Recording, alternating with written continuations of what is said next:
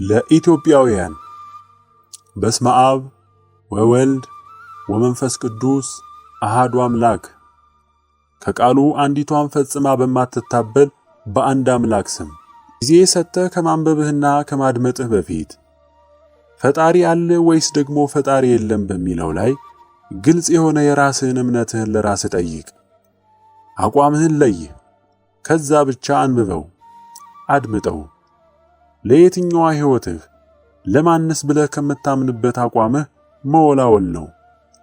ከሁለቱ ውጪ ፈጽሞ ሌላ በመሃል ቤት የሚባል ነገር የለምና ቀድመህ አንዱ ላይ ጽና። ሃይማኖቴ የምትለው ቢኖርህም ነገር ግን በፈጣሪ መኖር ላይ አንድ እምነት የሌለህ ከሆንክም ጭምር በዚህ ጽሑፍ አጭሯን ጊዜህን አታባክን።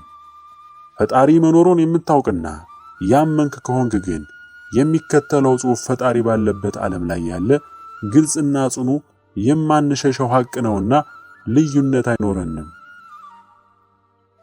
ሃይማኖት አለኝ ብሎ እርግጠኛ ሆኖ የፈጣሪን መኖር ግን መጠራጠርና እርግጠኛ ለመሆን አይነት የዘመኑ ፍጹም ተአምር እብደት አካል ከሆንክም ራስህን መርምር። ሰይጣን እንደ ድሮው ቀጥታ ሐውልትና ጣዖት በማስመለክ ሳይሆን ሃይማኖት አለኝ ብለው በእርግጠኝነትና መተማመን እየተናገሩ ነገር ግን የፈጣሪን መኖር በጥርጥርና መወላወል ላይ እንዲሆኑ በማድረግ ነውና ነፍስን ባሪያው የሚያደርገው ከአባትና አምላካችን ጋር የሚያደርገን ግንኙነት ሕይወትን በሱ ፍላጎት ተንተርሶ መቃኘትን በመሰባበር የአኗኗር ሁኔታን የፈጣሪን መኖር ከግምት ያልከተተና በዛ መልክ ቅርጽ ያልያዘ በማድረግ ጣዖት ማምለክ ሳይጠበቅብን የምንክድበት ከክህደትም ትልቁ መንገድ ነውና ፈጣሪ አለ ብሎ መናገር አለመናገር ሳይሆን ዋናው ነጥብ ሕይወታችን የፈጣሪን መኖር ከግምት ውስጥ ያስገባ ነው ወይስ አይደለም በሚለው ነው የኛ የልብ እውነት የሚለካው። አምላክ ያንን ነው የሚያየው። ከኛ ምላስ ምንም የለውም። ስለዚህ መጀመሪያ ቆም ብለህ አሰላስለውና የራስህን አቋም ከያዝክ በኋላ ብቻ ምንባቡን ቀጥል።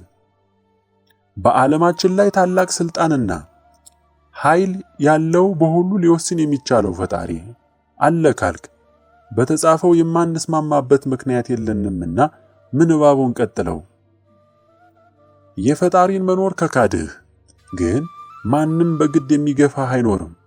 እንግዲህ በአንተ መንገድ ባዶ አካላዊ እርምጃችን የት እንደሚያደርሰን አብረን የሚሆነውን ሁሉ እናያለን።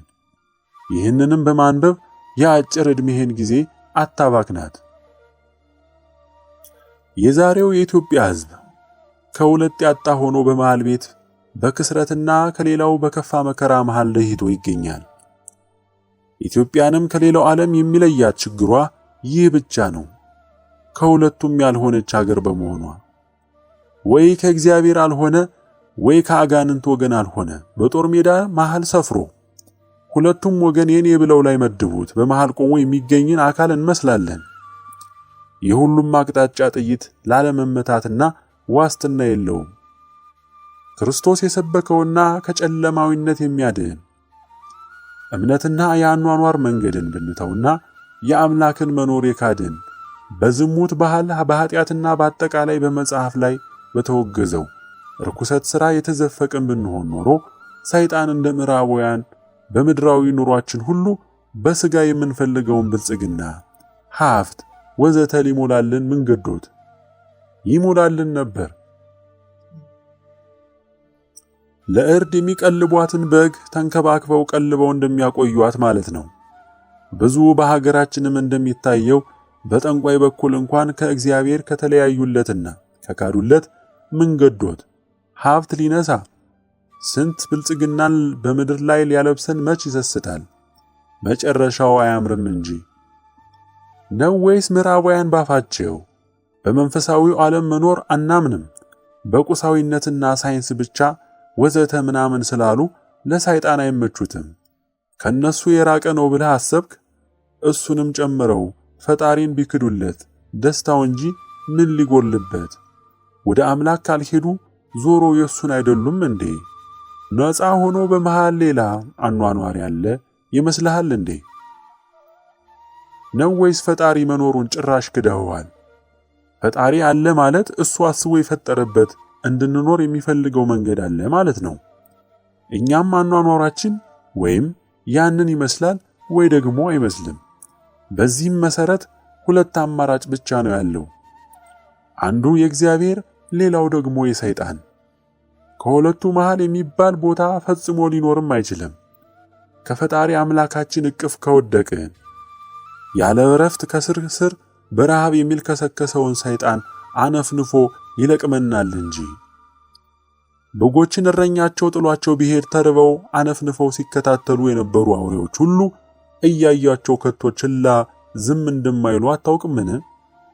ከቶ የትኛው በግ ይሆን ከእረኛው ርቆ በመሃል ማንም ሳይነካው ሊኖር የሚቻለው? ምዕራባውያን ፈጣሪን ክደው በብልጽግና የሚኖሩት ከሰይጣንም ከእግዚአብሔርም ርቀው ነውን? ጨርሶ ወደ አንደኛው ስለተጠቃለሉ ነው እንጂ። ቢበለጽጉ ቢመቻቸው ምን ይገርማል? የተማረከን ወታደር ሲገድል የሚውል ማን ጠላት አለ? ቢያደርግም ሌሎች እጅ እንዳይሰጡ እንቅፋት ይሆንበታል እንጂ ለሱ ምን ጠቅሞት? በብልጽግና በሀብት ቢኖር ምን ቸግሮት? እነሱ እንደሆነ የእርክስና ጫፍና ማማን አልፈው ልጆቻቸው ሲያደርጉ የሚሆኑትን ጾታ በማስመረጥና መብትና ነጻነት በሕግ ጥበቃ የሚደረግለት ባህል እስከ መከተል ድረስ ሄደውለታል። ቤቱ ገሃነም እስኪደርሱ በሚነዳቸው ጉዞ ላይ ስለምን ይነካቸዋል? ከመንገድ ጥለው እንዲጠፉ ብሎ አያደርገውም። እኛም እስካሁን ፈጽመን አልካድንምና ጥንት የነበረንን የኛ እምነትና በሃይማኖት የተመሰረተ መልካም ማህበረሰባዊ እሴትና ባህላችን ለሰይጣን አልተመቸውም። ሁሌም ቢሆን ባገኘው መንገድ ሁሉ ሊያጠፋን እንቅልፍ አይኖረውም። በውጮቹ መሳሪያነትም ሆነ በሌላም መንገድ እኛን ከማድሄት ማማረር፣ ወደሱ መማረክ፣ ሰላም መንሳት ፈጽሞ አይቦዝንም። ፈጣሪም ከዚህ ሁሉ ሥራውና ጥፋቱ እንድንጠብቀን ዘንድ ወደሱ በሙሉ እምነትና ልጅነት አልተገኘንለትም። ነፃ ፍቃድ የሰጠን አምላካችን ይህንን ጥሶ ሳንጠይቀው ዘሎ ሊረዳን አይነሳም። በየዋህነትና ፍቅራችን በፈተናም ቢሆን ለሱ ያለን የውስጥ ፍቅራችን እንዲሁ እሱን ብለው በበረሃና ዱር በፍቅር ዕድሜያቸውን ስለኛ በመለመን የሚኖሩም ቅዱሳን ልመናም ደግሞ ምንም ብንደክምም ፈጽሞ አሳልፎ ሊሰጠን እንዳይችል አድርጎታል። በዚህ መልኩ ወይም ከሰይጣን አልሆን ወይ ጸንተን ከእግዚአብሔር ልጅነት ሕይወትን አልሆን አስቸጋሪ ሁኔታ ላይ ሆነናል። እኛ የዛሬዎቹ እግዚአብሔርንም እንደሆነ አጥብቆ አልያዝነውም። በየትኛውም ጊዜ ሀገራችን ችግር ላይ ስትወድቅ፣ ወሳኝ ጊዜያት ላይ ስትደርስ ለአንዲቷም ጊዜ እንኳ አይደለም የሱን እርዳታ ልንጠይቅ ዘላለም ቢያሹት ጠብ በማይል ፖለቲካና ኢአማንያዊ ርዕዮት ጭቅጭቅ በመሯሯጥ የሱን መሮን ጭራሹን ለመርሳት የምንጥር ይመስላል። በሌላው ጊዜ ደግሞ በሕይወትና ባህላችን እሱን በማክበር በቅዳሴው በጸሎቱ ከሌላው ዓለም የተሻለ ለሃይማኖት ክብር የመስጠት መልክ ይታይብናል። ወይ እግዚአብሔርን በአፋችን እንደምንለው ለንጋብዘው ፈቃደኛ አልሆንም። እሱ ፈጣሪም ቢሆን በምንም ምክንያት ከሌላው ዓለም አድልቶ ሳንጠይቀው መጥቶ ጣልቃ ስለማይገባ ወደኛም አንኳኩ ይከፈትላችኋል የሚለው በአፋችን የምንሰብከውን የሱኑ ቃል ኪዳን አምነን በዋና ሀገራችን ጉዳይ ላይ ወሳኝ ጊዜያት ላይ ስንደርስ በአንድነት ምህላ እንኳን የሱን እርዳታ ማግኘት ሞክረን አናውቅም። እንዲያውም ሐሳቡም ኖሮና ያውቅ ሀገር አቅጣጫ ልትቀይስ መሰራታችን ሊቆም ሲል መብራቱን አጥፍተን በጨለማ ካቆምን በኋላ ጨርሰን ወደ ዕለት ተዕለት ኑሯችን ስንመለስ መብራቱን መልሰን እናበራለን። ስንንገዳገድ ስንንገጫገጭ ስናማረር እንውላለን። አምላክም አይተውን በተበላሸ መሰረታችን ማደግና ምዕራባውያንን መምሰል ለይቶ ማየት ያልቻለ አስተሳሰብ አንግሰን በማደግ ስም ምዕራባውያንን መምሰል ሙሉ መዳረሻው በሆነ ፖለቲካዊ፣ ትምህርታዊ፣ ባህላዊ እንዲሁም የአኗኗር መንገድ ቅየሳችን ማደግንና ከአምላክ ከመለየትን ነጥለን ማየት የሚችል ግንዛቤ ሳይኖረን ከሁሉ ትልቁ አካላችን ነው የምንለው እግዚአብሔር በዚህ ጉዟችን ውስጥ ምንድነው ቦታው? ሚናውስ ምንድነው? አደግን ብለን በምንኖረው የወደፊት ሕይወት ውስጥ የሱ ቦታ የቱ ጋር ነው? የእድገትና ስልጣኔን መንገዳችንስ መዳረሻው ጋር ይህ ትልቅ የሕይወታችን አካል የምንለው እግዚአብሔር አምላካችን እንዴት ሆኖ ነው የሚገኘው ብለን አንዳችም ጊዜ ሳናስብበት በአደባባዩና ፖለቲካው መድረኩ ፈጣሪ አምላክ የሚለውን ማንሳት በውስጥ ታዋቂ እንደ ነውርነት መቁጠሩን ባልገባን መልኩ የታመነበት ነገር ሆኖ ለመጓዝ እየተንገዳገድን እንገኛለን። የሕዝቡ ማህበረሰባዊ መሰረት በሕዝቡ ሁሉ ልብ ትልቅ ቦታ ያለውን አካል ፈጣሪ እግዚአብሔርን ወይም አላህ ማንኛውም አማኝ ፈጣሪ ብሎ የሚጠራ አምላኩ የድፍን ሕዝብ ኑሮ ሁኔታ ላይ ከማንም በላይ ቦታና ተጽዕኖ ያለው አካል የሆነን የሕዝቡን ሰፊ ክፍል ከማንም ግምት ያላስገባ የሀገርና ሕዝብን መንገድ ቅየሳ ወይም ፖለቲካ ከቶ ምን አይነት ጎደሎና ውሱን ስንኩል ነው? እንዴት ለዚህ አይነት ሕዝብ ተጣጥሞ ይሰራል? ምኑስ ነው? እንዴትስ ነው ዲሞክራሲ የሕዝብ ፍላጎት አስተዳደር ተብሎ ሊጠራ የሚችለው? መላው ሕዝቡ በነፍሱ ጭምር የተቀበለው አካሉ ከግምትም ያልገባበት ሂደት ሕዝብ ላይ የሚጭኑት ሆኖ ሳለ ለምንም ይሆን ለሌሎች ተለክቶ የተሰፋ ርዕዮተ ዓለም ካልሆነ አንለብስም ያልነው ለራሳችን መቀየስ ያቃተንን ፈጣሪ የምናከብረውስ ከሆነ እንዴትስ ከሱ መለየትን በመጠየፍ ይህንን ላለማድረግ አስቻለንና ዝም አለን? ጥቂት በራቸውን ዘግተው ካመጧቸው አማራጮች መሃል አንደኛውን ምረት ተብሎ ሕዝቡ ካሉት የሱ ካልሆኑት መሃል አንዱን ሲመርጥ ዴሞክራሲ ተብሎ የሚጨፈርበት መንገድ ምኑ ነው የሕዝብ? በዚህ ምክንያት ጎደሎ ሆነናል። የዛሬው የኢትዮጵያ ትውልድ ከሌላው ዓለም ሕዝብ አንጻር በግማሽ አእምሮ የሚኖር ህመምተኛ ሕዝብ ነው። አእምሮው ለሁለት የተከፈለ በሙሉ አእምሮ አተኩሮ የሚሰራበት የሚቆምለት ነገር የሌለው ባለ ግማሽ አእምሮ ሕዝብ ነው። ልደግበት ብሎ የያዘው ልተዳደርበት ብሎ የጨበጠው ርዕዮትና መንገድ ፈጣሪን ያገለለ በዛ መንገድ የሄዱ ሀገራት በሙሉ በግሎባላይዜሽን ስም ወደ ተመሳሳይ ባህል፣ ቋንቋ፣ ማንነት ብሎም እምነት አልባነት ሲቀያየሩበት በአይኑ እየተመለከተ ከፈጣሪ ጋር የመኖርን እምነትና ባህል ምናልባት በጊዜው ካለው ሰው ባይሆንም በሱ ከሚተካው ትውልድ ብሎም ከምድሩ አጥቦ የሚያወጣ መንገድ መሆኑን ስለሚመለከት እንደግበት ተብሎ የተያዘውን መንገድ በግማሽ አእምሮ እንዲተጋበት ያደርገዋል።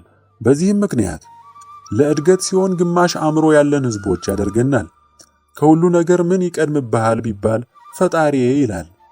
አእምሮ ሕይወቱና ተግባሩ ከዚህ ጋር እንዲጣጣም ክፉኛ ያውቅሰዋል። ልጆቹንም እግዚአብሔርን እንዲያስቀድሙ ይነግራቸዋል። ስለ ወደፊቱ አስፈሪ ፍርድ፣ በክፉ ኃጢአታችን ምክንያት ወደፊት ስለምንገባበት ቅጣት አስፈሪነት ጭምር ሁሉ ይነግራቸዋል።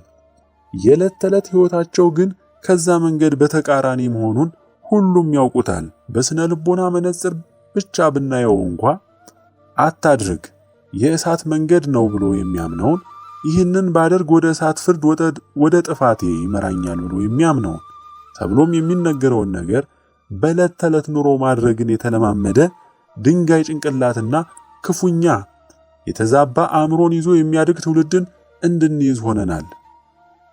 ፈጣሪ ኖረም አልኖረም፣ ሃይማኖት ልክ ሆነም አልሆነም፣ እንዲሁ ስናየው የዚህ አይነት ልምምድን የሚያደርግ አእምሮ አቋሙ ብላሽ እንደሚሆን ምንም ክርክር የለውም። የሕይወቴ ሁሉ የመጨረሻ ዓላማ እግዚአብሔር ነው ብሎ ያመነ አእምሮ ለዚህ የሕይወት ግቡ የሚያግዘውና የሚረዳው ሆኖ ያልተቀረጸና ይልቁንም ከቀን ከቀን እዚህ እንደሚያርቀው ሆኖ የተዘጋጀን ሀገራዊ ራዕይና የጉዞ መንገድ በሙሉ አእምሮና ልቡ እንዳይከተለው ሆኗል።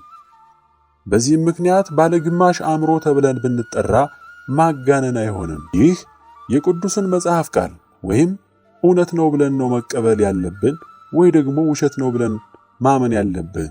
ከሁለቱ መሃል ያለ ቦታ የለምና የቅዱስ ጳውሎስ ሮሜ መልእክት ነፍስ ሁሉ በበላይ ላሉት ባለስልጣኖች ይገዛ፣ ከእግዚአብሔር ካልተገኘ በቀር ስልጣን የለምና ያሉትም ባለስልጣኖች በእግዚአብሔር የተሾሙ ናቸውና።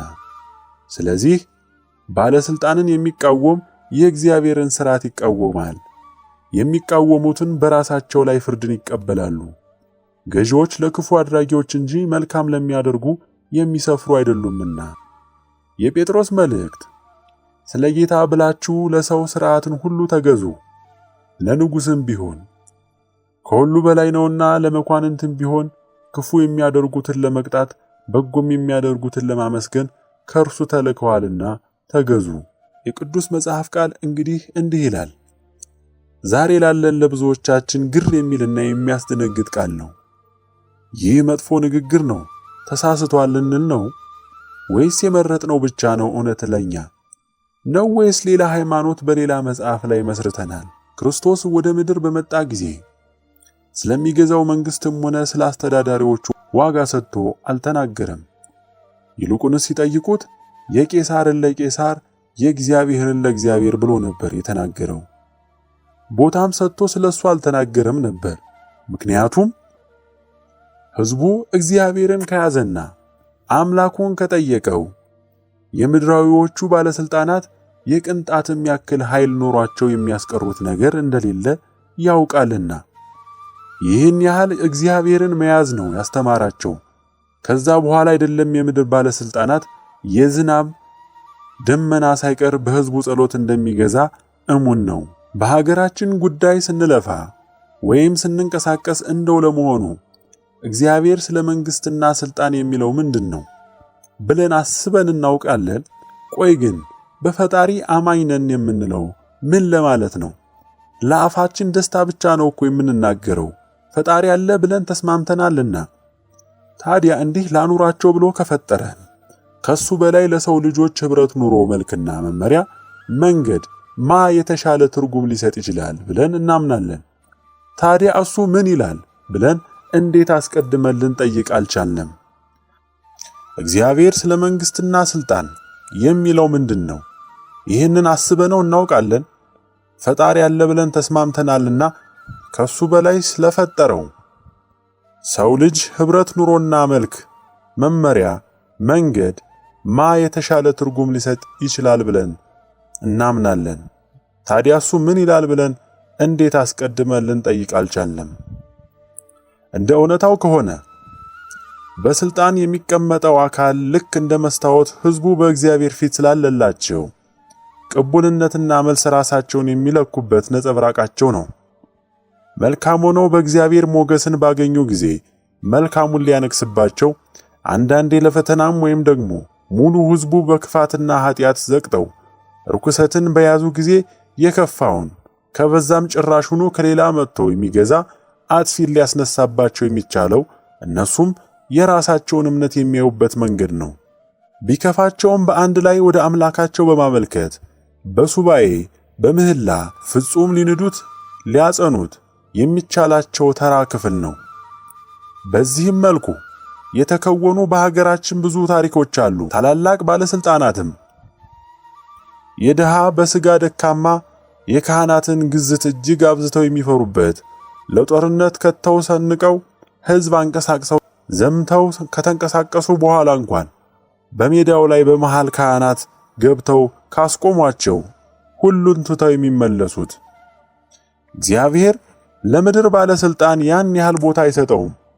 የእስራኤልን ሕዝብ በምድራቸው አኖራችኋለሁ ብሎ ከግብጽ ካወጣቸው በኋላ በእሱ አባትነትና ጠባቂነት በሰላም ለረጅም ትውልድና ክፍለ ዘመን ያኖራቸውን ያለ ንጉሥ ነበር።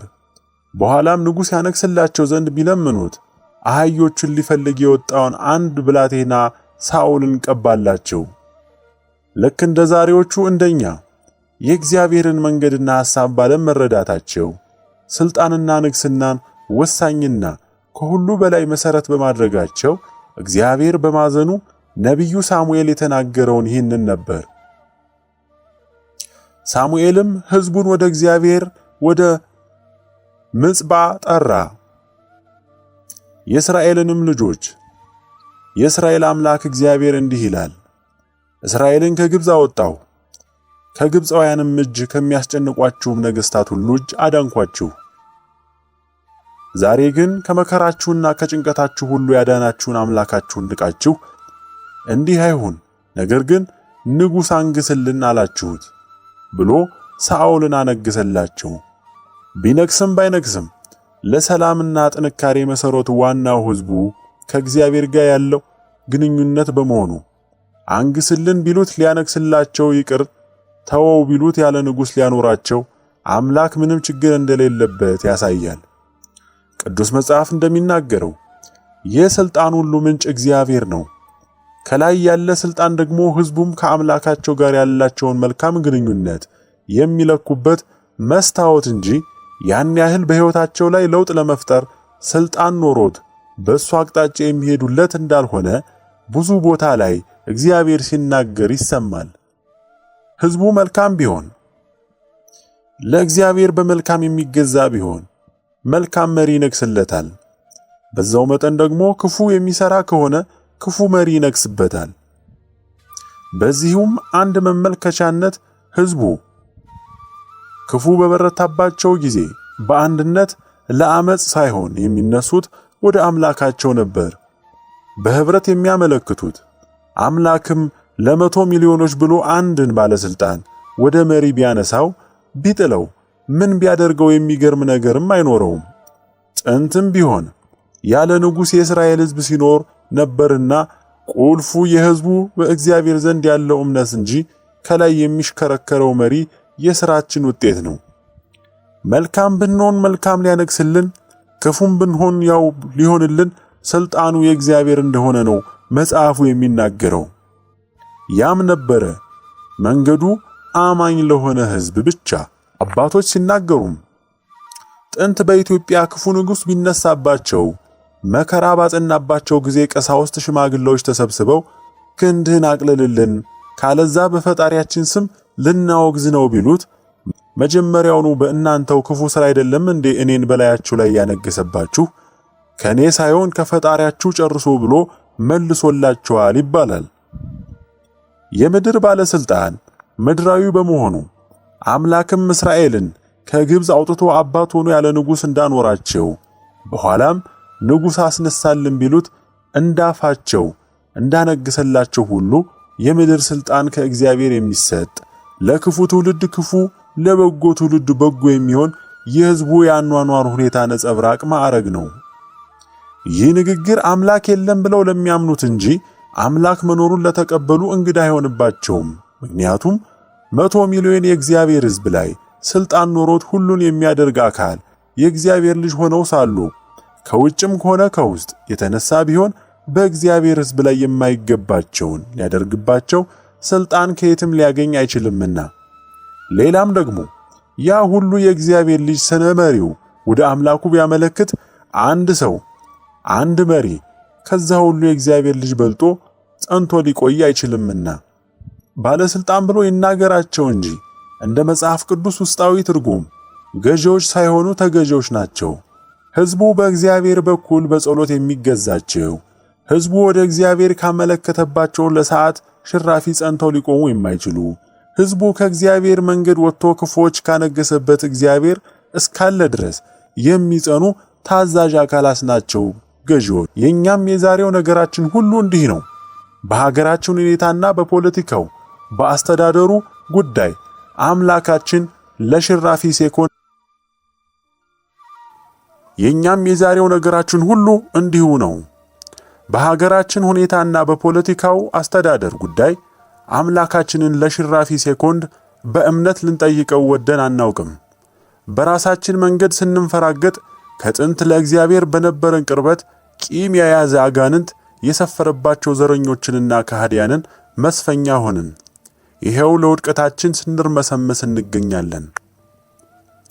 ከሁሉ በፊት የኛን ከአምላካችን ያለን ግንኙነት አስቀድመን እናስተካክል፣ በንስሐና በይቅርታ ተመልሰን የረሳነውንና አምላክን በሱ ፈቃድና መንገድ የመኖርን ባህል መልሶ መገንባቱን ከምንም በላይ አስቀድመን ልንለፋና ልንሰራበት ይገባናል።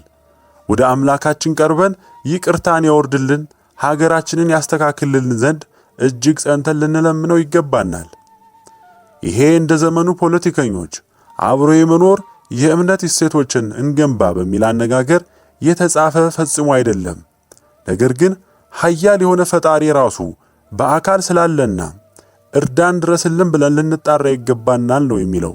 የእምነት መኖር ለሰላምና ለሳይኮሎጂ ጥሩ ነው የሚል ከሃዲያን ጭምር የሚናገሩትን ከንቱ የውስጥ ክህደት ንግግር አይደለም። ራሱ አንደኛ ያለውን ኃያል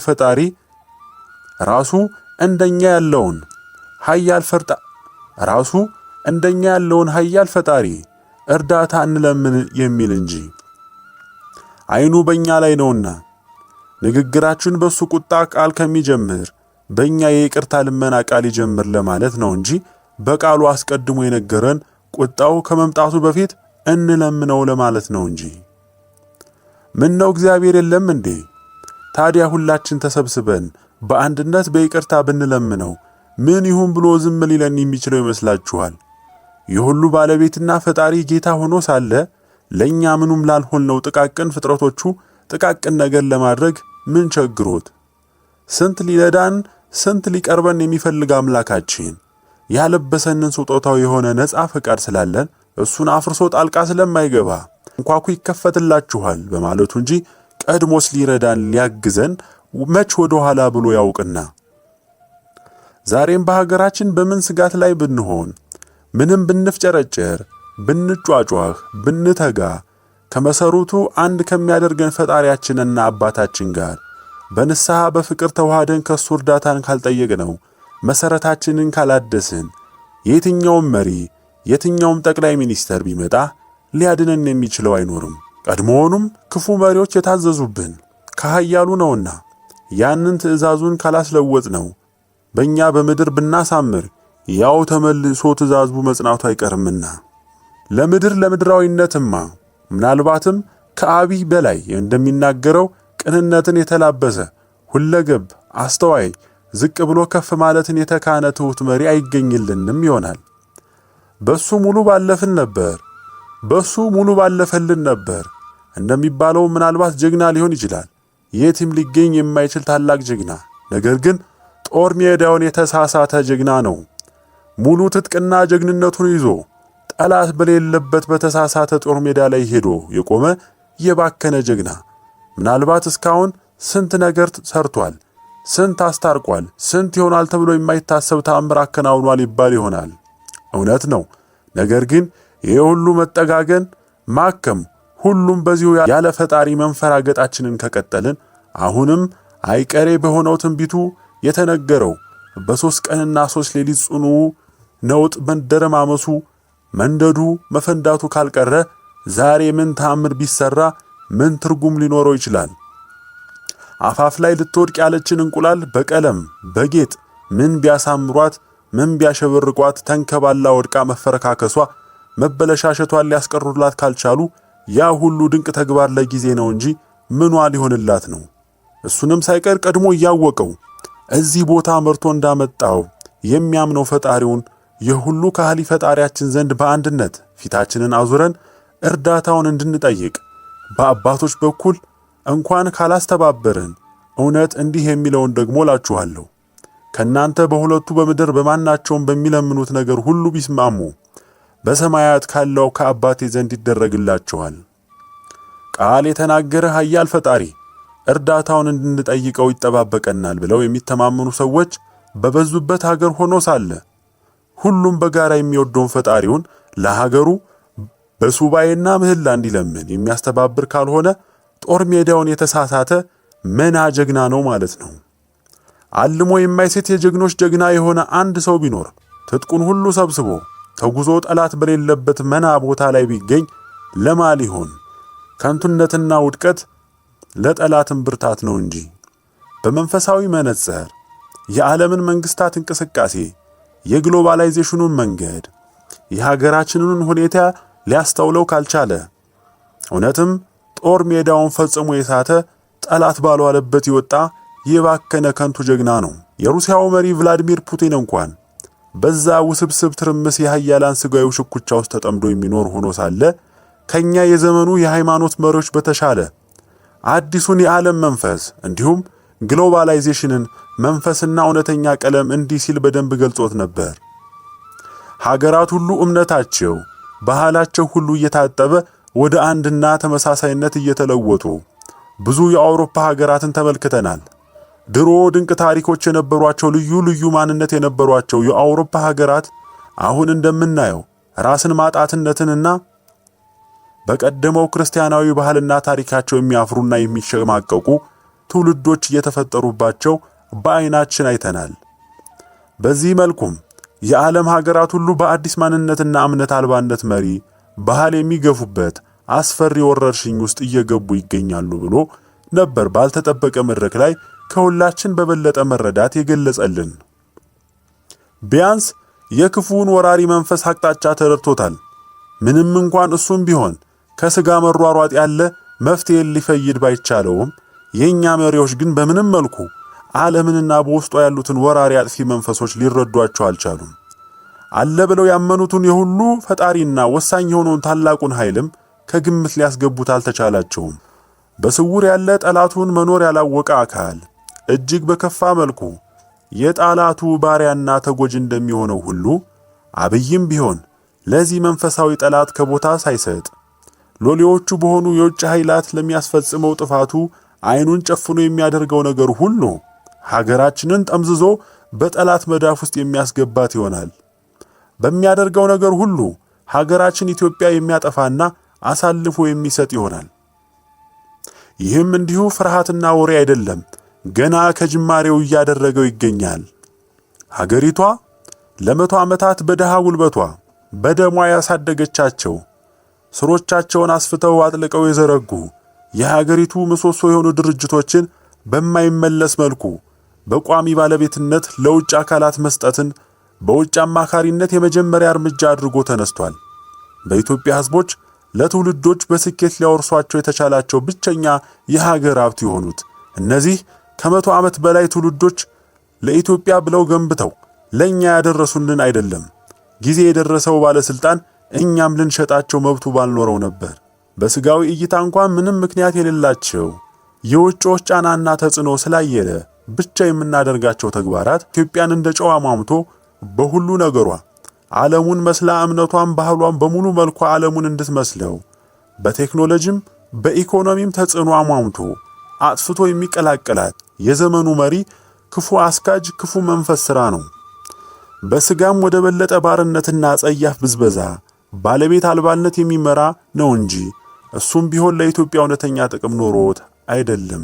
ለምሳሌ የኢትዮጵያ አየር መንገድ በሀገራችን እጅ ሆኖ ሳለ በራሳችን ያሳደግነው ከሀገራችን አልፎ የአፍሪካ ኮከብ የሆነ ካሉት እጅግ ትርፋማ ባለተስፋ የሆነ ጠንካራ ድርጅት ሆኖ ሳለ ምንም ችግር ሳያጋጥመው ለቋሚ ለሽያጭ ለውጭ ዜጎች መቅረቡ አይደለም እሱ ሊሸጥ ይልቅ አልፎ የሌሎች ሀገር አየር መንገዶችን በፐርሰንት ባለቤትነት እስከመያዝ የደረሰ ጠንካራ ሆኖ ሳለ እሱን ራሱን ለሌሎች መሸጡ ምን ይሆን ትርጉሙ? የምንዛሬ እጥረት ምን ችግር ቢመጣ እንዴት ተሽጦ ይበላል? በገንዘቡስ ከዚህ በላይ ትርፋማ ተቋም ሊሰራበት ነውን? ከኢትዮጵያ አየር መንገድ በላይ ህዝቡ ተቸጋግሮም ቢሆን ይህንን ጊዜ አልፈዋል እንጂ ወደፊት ተስፋው የሆነውን ዘርን ገበሬው በማይበላበት ሀገር እንዲህ ያለ ሥራ ምን ማለት ነው? ለተጽዕኖ ለባዕዳን ላሰፈሰፉት ተንበርካኪነት ነው እንጂ። የቀድሞውን ጨምሮ ሁለቱም የአየር መንገዱ ኃላፊዎች አምርረው እየተቃወሙ ድምጻቸው ታፍኖ በግርግር ለውጭ መተላለፉ ምን ትርጉም ያለው ነው? በደሃ ሀገር ላይ ይህንን የመሳሰሉ ተቋማት ሊኖሩ የማይችሉበት ሁኔታ ቀድሞውንም ይህንን አይነት ድርጅት ሊቆም የቻለው ኢትዮጵያ ሰራተኛውና ኃላፊው ሁሉ ጽኑ በሆነ የሀገር ፍቅር መስዋዕትና በሚሰራና በደስታ መስዋዕትነት ከልቡ የሚደክምበት በመሆኑ ስለሆነ ነው እንጂ ተሸራርፎ ለውጭ ነጋዴ ተላልፎ ቢሰጥ ይህ ኃይሉ እንዴት እንደሚደክም መሪዎች ሳይቀር የሚመሰክሩት ነው። ለህዝቡም ኩራት የሆነና በነፃ ለብሶ ለጥፉ ቢያስተዋውቀው የማይጠግብ ሀፍቴ የሚለው የሀገሩ ነጸብራቅ በመሆን አልነበረም እንዴ? እንደ ግድቡ ያሉ ሙሉ በሙሉ በእኛው ገንዘብ የተሰሩ ብለም የምንኮራበት ነገር ለመፍጠር የሀገር ፍቅር ለማጠናከር ስንት ጥረት እየተደረገ ገና ለገና ህዝቡ መርምሮ የማይረዳ በመሆኑ የዚህ አይነት ሀገር መሸርሸርና ምሰሶ ማፍረስ ውስጥ ለውስጥም ያለምንም ጥያቄ ሲሰራ እንዴት ያሳዝናል።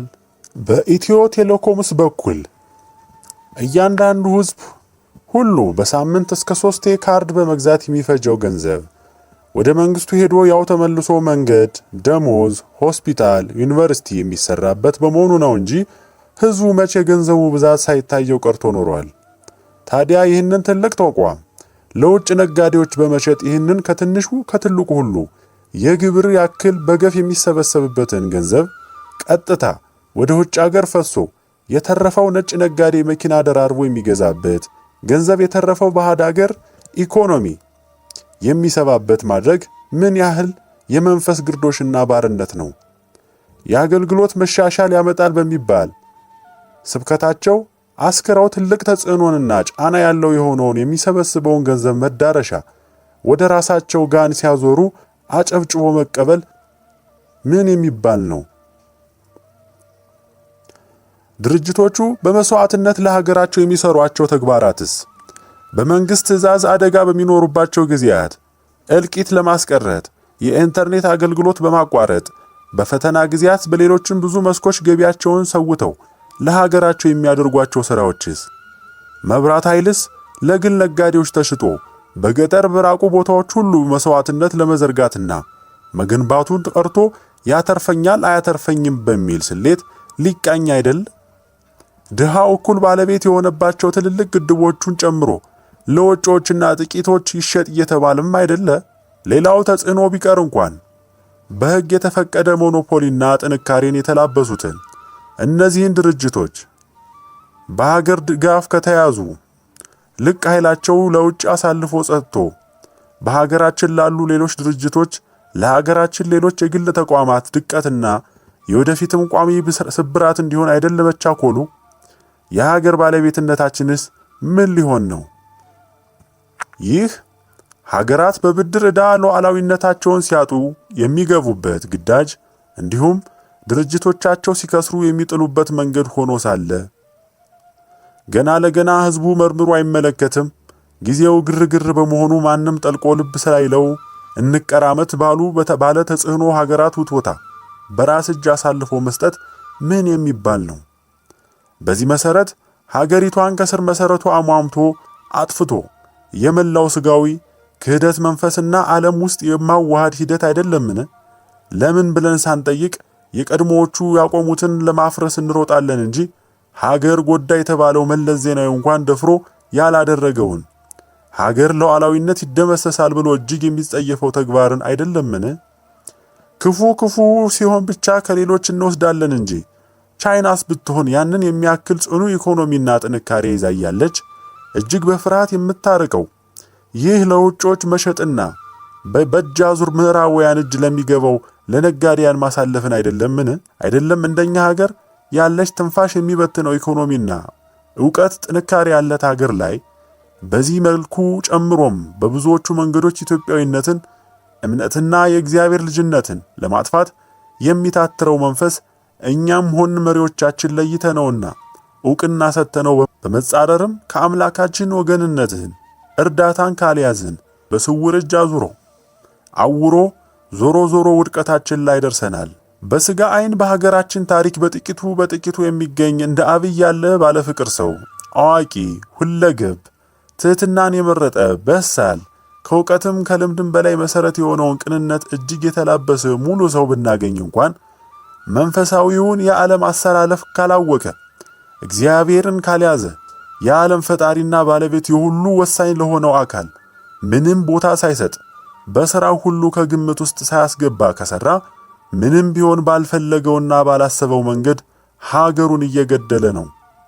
ሁሉ በእጁ እየተፈረካከሰ ዞሮ ወደ ድቀት መሄዱ አይቀሬ ነው። ምንም ጥርጥር የሌለው የማይቀር ነገር ነው። አይደለም ለሀገር ለራሱም አይሆንም።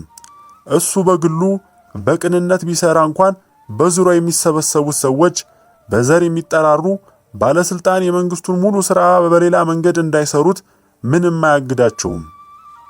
እሱም ራሱ ቢሆን መረጃ የሚያገኘው ምክር የሚያገኘው በአጠቃላይ ኢትዮጵያን የሚያውቃት በዙሪያው በተሰበሰቡ ተመሳሳይ ሰዎች በመሆኑ በራሳቸው ተረት አየር ላይ ሊያንሳፍፉት በምድር የሌለ ሌላ ዓለም ውስጥ ሊከቱት ይችላሉ።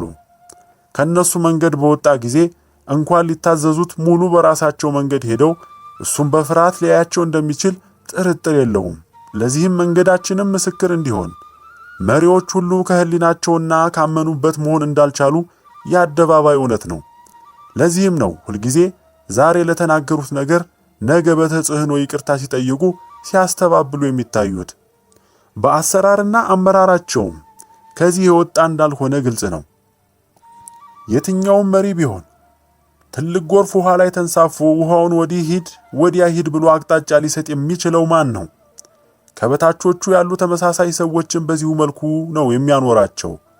በምድራዊነትና ስጋዊ ትርምሳችን በምናደርገው እንቅስቃሴ ሁሉ ከዚህ የወጣ ውጤት ልናመጣ አንችልም። ዓለሙ የምድራውያን ብቻ የሆነ ይመስላል። ሌሎች ኃያላን በመሃላችን የሌሉ ይመስል እንዲሁ አይናችንን ጨፍነን የምናደርገው ትርምስ ሁሉ የትም የሚያደርሰን አይሆንም። ጠላት ክፉ የቅርብ እንደሚባለው መኖሩ ያልታወቀለት ጠላት በጽኑ ጥፋት እንደሚያሰቃይ ሁሉ በራሳችን ፈቃድ ብትኖርም እንርሳህ ብለን ከሐሳባችን ያወጣ ነው አይናችንን የጨፈንለት የጨለማው መንፈስ እንደ ልቡ ሲያሰቃየን ይኖራል። በእያንዳንዱ እንቅስቃሴያችን አብሮ ተቆራኝቶ የገዛ አእምሮአችንን ጭምር ሆኖ ባሪያ ያደርገናል። በዚህ መሰረት አብይም ቢሆን በእይታና እርምጃው ሁሉ ይህንን ጠላት ሳይገናዘብ ከፈጣሪው ኅብረትን ከሁሉ አስቀድሞ ሳይዝ በሚያደርገው ሥራ ሁሉ ውድቀትን ይሆናል የሚያመጣልን። የነካው ሁሉ እንደ አሸዋ ሸክላ የሚፈረካከስ ይሆናል። አእምሮው በሱ እጅ አይደለምና ዛሬ ሌላ ሰው ነገ ሌላ ሰው ያደርገዋል። ያላሰበው መንገድ ሕዝቡን ሀገሩን የሚጎዳ ይሆናል። ጥረቱ፣ ድካሙ፣ ህልሙ ሌላ፣ የተግባሩ ውጤት ደግሞ ተአምር በሚመስል መልኩ ፍጹም ሌላ ይሆናል። ልቡም በከንቱ ይሸፍታል፣ አይኑ ይጋረዳል፣ ሥራው ሁሉ ያለ ፍቃዱ የጥፋት ይሆናል። እንደዛ ያለ ቅን ሐሳቢ ከዕለት ዕለት በመልካም ሐሳብ በጽኑ የሚደክም ደግ ሰው በዚህ መልክ ፍሬው መና ሲሆን ማየት ልብን ሰብሮ በእንባ ያረጥባል። ነገር ግን በዚህ ሰይጣን ስልጣኑን ባጸናበት ዓለም ውስጥ ፈጣሪን በግልጽ ሳይዙ የሚሰሩ ድርጊቶችም ሕዝቡን ከአምላኩ ያርቁ ገድ ሳይሰጠው መኳተን ትላንትም ዛሬም ነገም የማይቀር እውነቱና ውጤቱ ይኸው ነው። ወደድንም ጠላንም እግዚአብሔርን ያልያዙ ሕዝባቸውን ይዘው ከፊቱ ያልቀረቡ መሪዎች ይኸው ናቸው። ያውም ድፍን ሕዝቡ ሙስሊሙም ክርስቲያኑም አባቴን አገኛለሁ ብሎ የተከተለውን መንገድ ቢለያይም ሁሉም አንድ ፈጣሪውን አምላኪ በሆነበት በኃያሉ ፈጣሪና በሚወዳቸው ልጆቹ መሃል የቆሙ ናቸው። ቁስላችን ስብራታችን ናቸው። በዘመናቸው የሚፈጠረውንም ትውልድ በክህደት መንገድ በማነጽ ሌላ ባለፈ ቁጥር ይበልጥ ከአምላክ እየራቅን እንድንሄድ አድርገው ሞታችን ጋር የሚያደርሱን ናቸው። መሪም አለ እውነትም ለሕዝቡ የሚያዝን ለሕዝቡ ፍላጎትና ዓላማ መቃናት እንቅልፍ የሌለው። በጥንት ጊዜ የኢትዮጵያ ክርስቲያን ሕዝብ በእምነቱ አብቦ ጠንክሮ ይኖር የነበረበት ጊዜ ሰፊ ነበር። በተሰቀለልን ክርስቶስ እውነተኛ ፍቅር የተነኩ እጅግ የወደዱት ቤተልሔም ድረስ በመሄድ ቀራንዮ ድረስ ኢየሩሳሌም ድረስ በእግራቸው በመጓዝ የኖረበትን ምድር በሕይወት ዘመናቸው ለመርገጥ ራሳቸውን ለአደጋ ሰጥተው በመሄድ በወንበዴዎች በዘራፊዎች በብዙ ነገሮች ሕይወታቸውን ያጡ የነበሩ ኢትዮጵያውያንን አይቶ አጼ ዘርዓ ያዕቆብ ሊያስቆማቸው ባይችል እንኳን በ300 ግመል አፈሩን ጭኖ ወደ ኢትዮጵያ በማምጣት ሕዝቡም ሊታደግ የሚሰራ መሪም የነበረ ጊዜ ነበር። እንደ ቅዱስ ላሊበላ ያሉት ደግሞ ራሷን ኢየሩሳሌምን አስመስለው በሀገራቸው በሰፊው በመገንባት እስከነ ዮርዳኖስ ወንዝ ሳይቀር በመስራት ዳግማዊ ኢየሩሳሌምን እዚህ ኢትዮጵያ ውስጥ በመስራት ሕዝባቸውን ይታደጉ ነበር። እነሱም በሄዱ ቁጥር አፈሩን ለሕዝባቸው ጭነው በማምጣት የተለመደ የጥንት ነገስታት ሥራ ነበር። መቼስ እነሱ እንደው እምነት ነው የሚያድነው ባይሄዱም ችግር የለውም የሚለው እኛ የዘመናችን ትምክህተኞች እንደ ጅሎች አይተን ልንመጻደቅባቸው እንደምንሯሯጥ ግልጽ ነው። ካለማወቃችን ደግሞ ትዕቢታችን። እነሱማ መቼ ይሄ ጠፍቷቸው ለነሱማ መጽሐፍ ቅዱስ ትምህርታቸው ሳያንሳቸው ዕውቀታቸው ሳያንሳቸው የስልጣኔ አርማቸው ሆኖ እስከ 43 ዓመታት በሚደርሱ ትምህርቶች የተራቀቁበት ናቸው። ደግሞ እኛስ የተዋልንበትን ለነርሱ ይህንን አንነግራቸውም። እነሱም ቢሆን እዚሁ ሆነው እንደሚድኑ ጠንቅቀው ያውቁታል። መዳኑን አይጠራጠሩም። እንደኛ ብርቅ አይሆንባቸውም። ከመዳን ሐሳብ አልፈው ፍቅሩ ቢጸናባቸው ነው እንጂ ክርስቶስ የረገጠው አፈር ቢናፍቃቸው ነው እንጂ የተጠመቀበት ውሃ መንካት መናፈቃቸው ነው እንጂ። በጊዜው ከነበሩ የኢየሩሳሌም መሪዎች ይልቅ የኢትዮጵያውያንን ይህንን ጽኑ ፍቅራቸውን የተመለከተው የሙስሊሙ መሪ ሳላዲን ነበረ። ይልቅ አዝኖ ለኢትዮጵያን በኢየሩሳሌም በነጻነት እንዲሄዱ የፈቀደላቸውና የነጠቋቸውን እስከ ዛሬ ድረስ ዴር ሱልጣን የተሰኘውን ይዞታቸውን የመለሰላቸው። ብዙ የኢትዮጵያ ንጉሶችም ህዝቦች ከልባቸው የሚያምኑባቸውን የሚወዷቸውን ነገሮች በማክበር ነበር የሚታወቁት። ለዛም ነበር የኢትዮጵያው መሪም ጥንት ሙስሊሞች በስደት በመጡ ጊዜ ቃላቸውን ሰምቶ ከልባቸው የሚፈልጉትንና የሚያምኑበትን መሆኑን አይቶ ጥበቃ ያደረገላቸው፣ ሐሳባቸውን እንዲሰሩ ያመቻቸላቸው የህዝብ መሪዎችስ ስራቸው ይህ ነውና ዛሬ የድፍን አማኙን ህዝብ ፍላጎት ሳይሆን የዓለምን ጨፍላቂ ተጽዕኖና መንገድ በመከተል ከሀገሬው ነዋሪ የራሱ ፍላጎት የበቀለ ስርዓት ሳይሆን ከሃዲያን አገራት ህዝቦች ለግል ለራሳቸው በሚመች ፍላጎታቸው ላይ ባቆሙት የአስተዳደር ርዕዮት ያልተሰፋልንን ካላለበስናችሁ ብለው የሚታትሩ መሪዎች ሌሎች አማኝ ሀገራት እንደዚሁ እንደኛው ሞክረውት ግን ተሳክቶላቸው እምነትና ማንነታቸውን አጥቦ ባዶ ያስቀራቸውን መንገድ በአዳኑን ያስመሰላቸውን መንገድ አብይም ሆነ ማንም ቅን ሰው በሀገራችን ቢሞክረው የማይሳካ ነገር ነው። የተባበሩት ምስራቅ አፍሪካ መፈጠር፣ ከዓለሙ መዋሃድ፣ ከሁሉ ዓላማ አስቀድሞ በኢኮኖሚ በመልጸግ ወዘተ እንደ አብይ በስጋ ብቻ ለሚያስብ ሰው የቅንነት የደግነት ዓላማ ቢሆንም ልጆቹ የሆነን አይኑ በእኛ ላይ የሆነ ፈጣሪ ባለበት ዓለም ግን ከሱ የሚያርቀን ማንነትና እምነታችን ሀገራችንን አሟሙቶና ቀላቅሎ ከሌላው ከሃዲ ዓለም ጋር አንድ የሚያደርገንን ነገር ፈጽሞ በኢትዮጵያ አይቆምም። ሀገራችን ለሺህ ዘመናት የህዝቦቿ አስተዳዳሪ ከፈጣሪ አምልኮ ቤት ጋር ተለይቶ አያውቅም ነበር። በሺህ ዓመታት ቆይታ አንዴም እንኳን በጠላት እጅ ሳይወድቁ ቅኝ ሳይያዙ በዓለም ታሪክ በብቸኝነት መኖር ቀልድ አይደለም። ያለ ምክንያትም አልመጣም። በዚህ የምትታወቀው ሌላኛው ሀገር ሩሲያ ወይም ሶቪየት ህብረት እንኳን በሞንጎሎች ወረራ ጠፍታ ነበር። ይህም ከእግዚአብሔር ጋር የተሳሰረ አስተዳደር እስከ ኃይለ ሥላሴ ጊዜ ድረስ ያለማቋረጥ የቀጠለ ነበር። ነገር ግን ኃይለ ሥላሴ ልባቸው ወደ እንግሊዞች ሸፍቶ የነሱን ገልብጠው ሊቃውንት አባቶችን አጥቅተው ያለ ኃያሉ ፈጣሪ ኃያልነት ራቆቱን የቆመ አስተዳደር ሀገራችንን አሃዱ ብላ ከጀመረችበት ከዛ ጊዜ ጀምሮ የድፍን ህዝቦቿ የአምላክ ፈጣሪያችንን ከአስተዳደሯ አግልላ ከሀገራዊ ግቧ ሰርዛ በሌላ ተክታ ከያዘች ጀምሮ ኢትዮጵያ የቁም ቅዠት ውስጥ ገብታለች። በቅጽበት ለባዕድ ጦር ተንበረከከች። ከ3000 ዓመታት በላይ የቆየ ሥርዓተ መንግስቷ ብትንትኑ ወጣ። ከዛን ወዲህ ሁሉ ተገለባበጠ። ለትውልድ የሚጻፍ ታሪክ በአውሮፓውያን እይታ እየተቃኘ ተገለባበጠ። አባቶቻችን አማኞች በመሆናቸው ወንጌል የስልጣን ምንጭ እግዚአብሔር ነው በሚለው ቃሉ የታመኑ የፈጣሪን ቃል ፈጽመው የሚያምኑ በመሆናቸው ካስተዳዳራቸው ፈጣሪና አምላካቸውን እምነትን ያቀረቡበት ምክንያት ይህ ሆኖ ሳለ በአምባገነንነት ለመንገስ ጥያቄ እንዳይነሳባቸው በሚል ተተካ። እሱንም ስትለቀው ኢትዮጵያዊ መንግስትና ኃይል ከሀገሯ ተኖ ጠፋ። አረመኔና ሰው መላ መንግስታት ተፈራረቁባት። ህዝቦቿን ፈጁት። የእርስ በርስ ጦርነት፣ የህዝብ ክፍፍል፣ ጥላቻ፣ ሀገራዊ ፍቅርና እምነት በደበዘዘ ሆነ። ይኸው የጊዜ ጎርፍ አድርሶን እኛም ዛሬ ላይ ቆመናል። በሀገራችን አስተዳደርም እቅድም ሆነ በስጋዊ ዓላማ ከድፍን ህዝቡ አባት ፈጣሪያችን ለይተው በሚመሯት መሪዎች በዚህም መልኩ በምናደርገው እንቅስቃሴ መዳረሻችንን ያለመመጻደቅና መታወር ልናውቀው ይገባናል። በዚህ አካሄዳችን ቀጥታ መዳረሻችን ፍጹም የእምነት ጥፋትና ልቅ ግብረ ሶዶማዊነት ነው። ይህንን ምንም ሳትመጻደቅ ሐቁን ዋጠው። ያሁኑ መንገዳችን መዳረሻ የኢትዮጵያ ነገዋ ያ ነው። ከትላንት ወዲያ እንኳን በአፄ ኃይለ ሥላሴ ዘመን በእንግሊዝ፣ በጀርመን፣ በአሜሪካም ጭምር እጅግ ከባድ ውግዘትና መጠየፍ የነበረበት ተግባር ነበረ ግብረ ሶዶማዊነት። የሀገራቱ ፖሊሶች በከፍተኛ ኃይል አላግባብ ጭምር በዚህ ተከታዮች ላይ በመጠየፍ ድብደባና ግድያ የተፈጸሙባቸው ታሪክ መዛግብት የቅርብ ትውስታዎች ናቸው። ዛሬም ይሄንን የምታነበው አንተ ዛሬም ይሁን ነገ በዛ በእግዚአብሔርና ተፈጥሮ የተወገዘ ተግባር እንደማትገኝ ለራስ ታውቀዋለህ። ካንተ በላይ ደግሞ የዚህ አስፋፊዎችም ያውቁታል።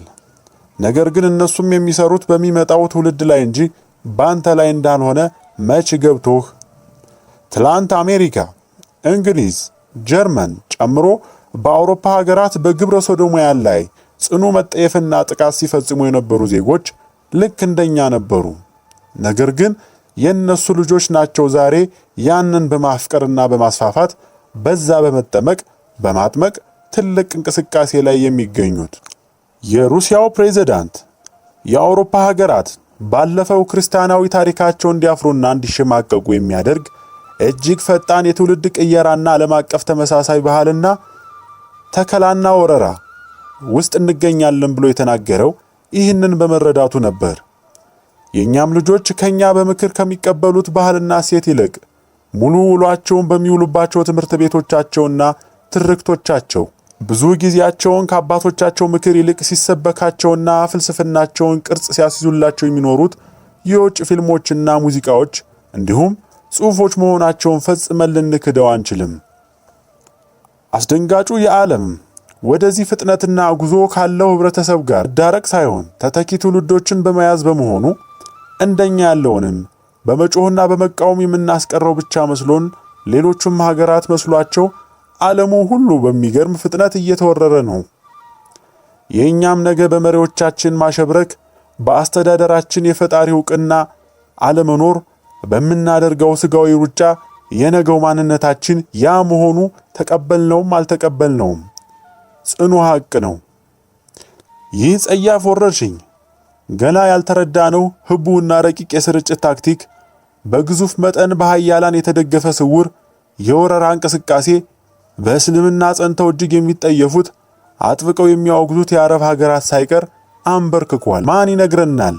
ይህንን ወረርሽኝ ፍጥነት ባህሬን፣ ኢራቅ፣ ኩዌት፣ ካዛኪስታን፣ ታጂኪስታን ብሎም ቱርክ ሳይቀርም የዛሬው ትውልዳቸው ግብረ ሶዶማዊነትን በሕግ ያጸደቁት ሀገራት ሆነዋል። ከኦርቶዶክስ ሃይማኖት ተከታዮችና በጥንት ክርስትና ታሪክ ታዋቂዎቹ ቆስጥንጥንያ፣ ቆጵሮስ፣ ዮርዳኖስ፣ እስራኤል፣ አርሜኒያ፣ የድንግል ማርያም ትውልድ ቦታ ሊባኖስ፣ ጆርጂያ፣ ሰርቢያን ጨምሮ ብዙ ሀገራት ይህንን አይቀሬ ወረርሽኝ በሕጋቸው አጽድቀው ይዘዋል። እነሱ ይህንን ከሚጠየፈው ሕዝብ በስውር ተጽዕኖ ልጆቻቸውን ግን የዚህ ተገዢ እንዳደረጓቸው እኛም እንዲሁ ቆመን ስንመጻደቅ እኛ እናደርገውም ስንል ሀገራችንን የምናስረክብባቸው ልጆቻችንን ሌሎች በስነ ልቦና ቅርጸው እንዲያሳድጉልን አሳልፈን ሰጥተናል። እንደ ሌሎቹ ሙስሊምና ኦርቶዶክስ ሀገራት ከፊት እያስፈራሩ እያስፎከሩን ከኋላ ስራቸውን ይሰራሉ። ይህ ጊዜ ጉዳይ ሆኖ እንጂ በአሁኑ አካሄዳችን ከቀጠልን እንደተባለውም የኛም የነገ ዕጣ ፈንታችን ያው ነው።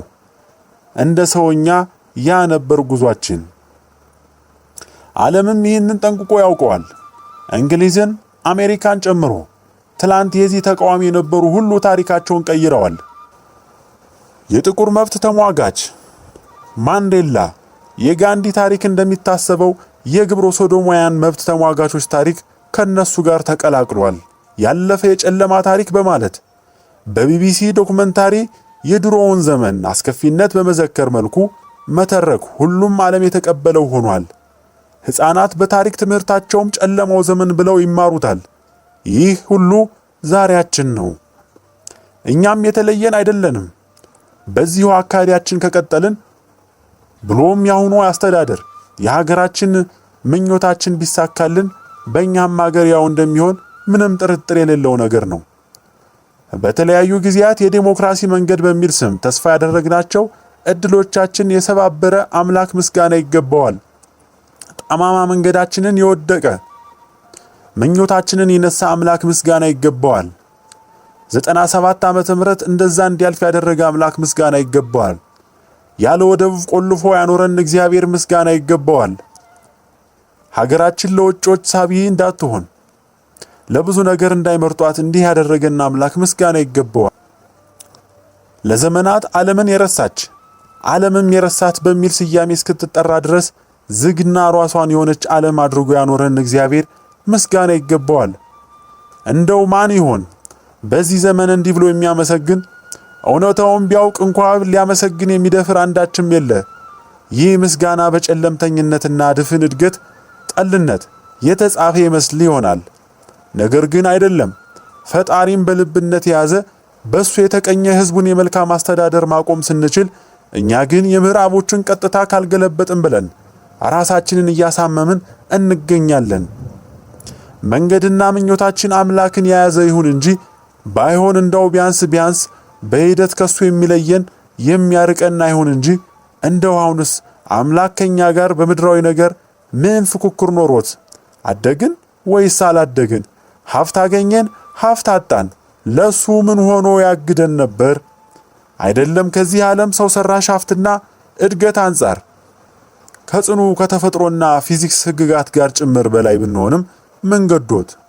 ቅዱስ ያሬድ የሰው ልጅ ከዋክብትን እስከ ማዘዝ ስልጣን እንዳለው ብታውቁ ኖሮ ብሎ የመሰከረው ስለኛ አይደለም እንዴ? አምላክ የሱ ልጆች ሆነን ምን ሊያግደን? አምላክ የሱ ልጆች ሆነን ምን ሊያግደን? በአንዲት ቀጭን በትር ትሪሊየን ኪሎ ቶን ባህር አንስተን መክፈል አስችለን ብንለው ምን ገዶት?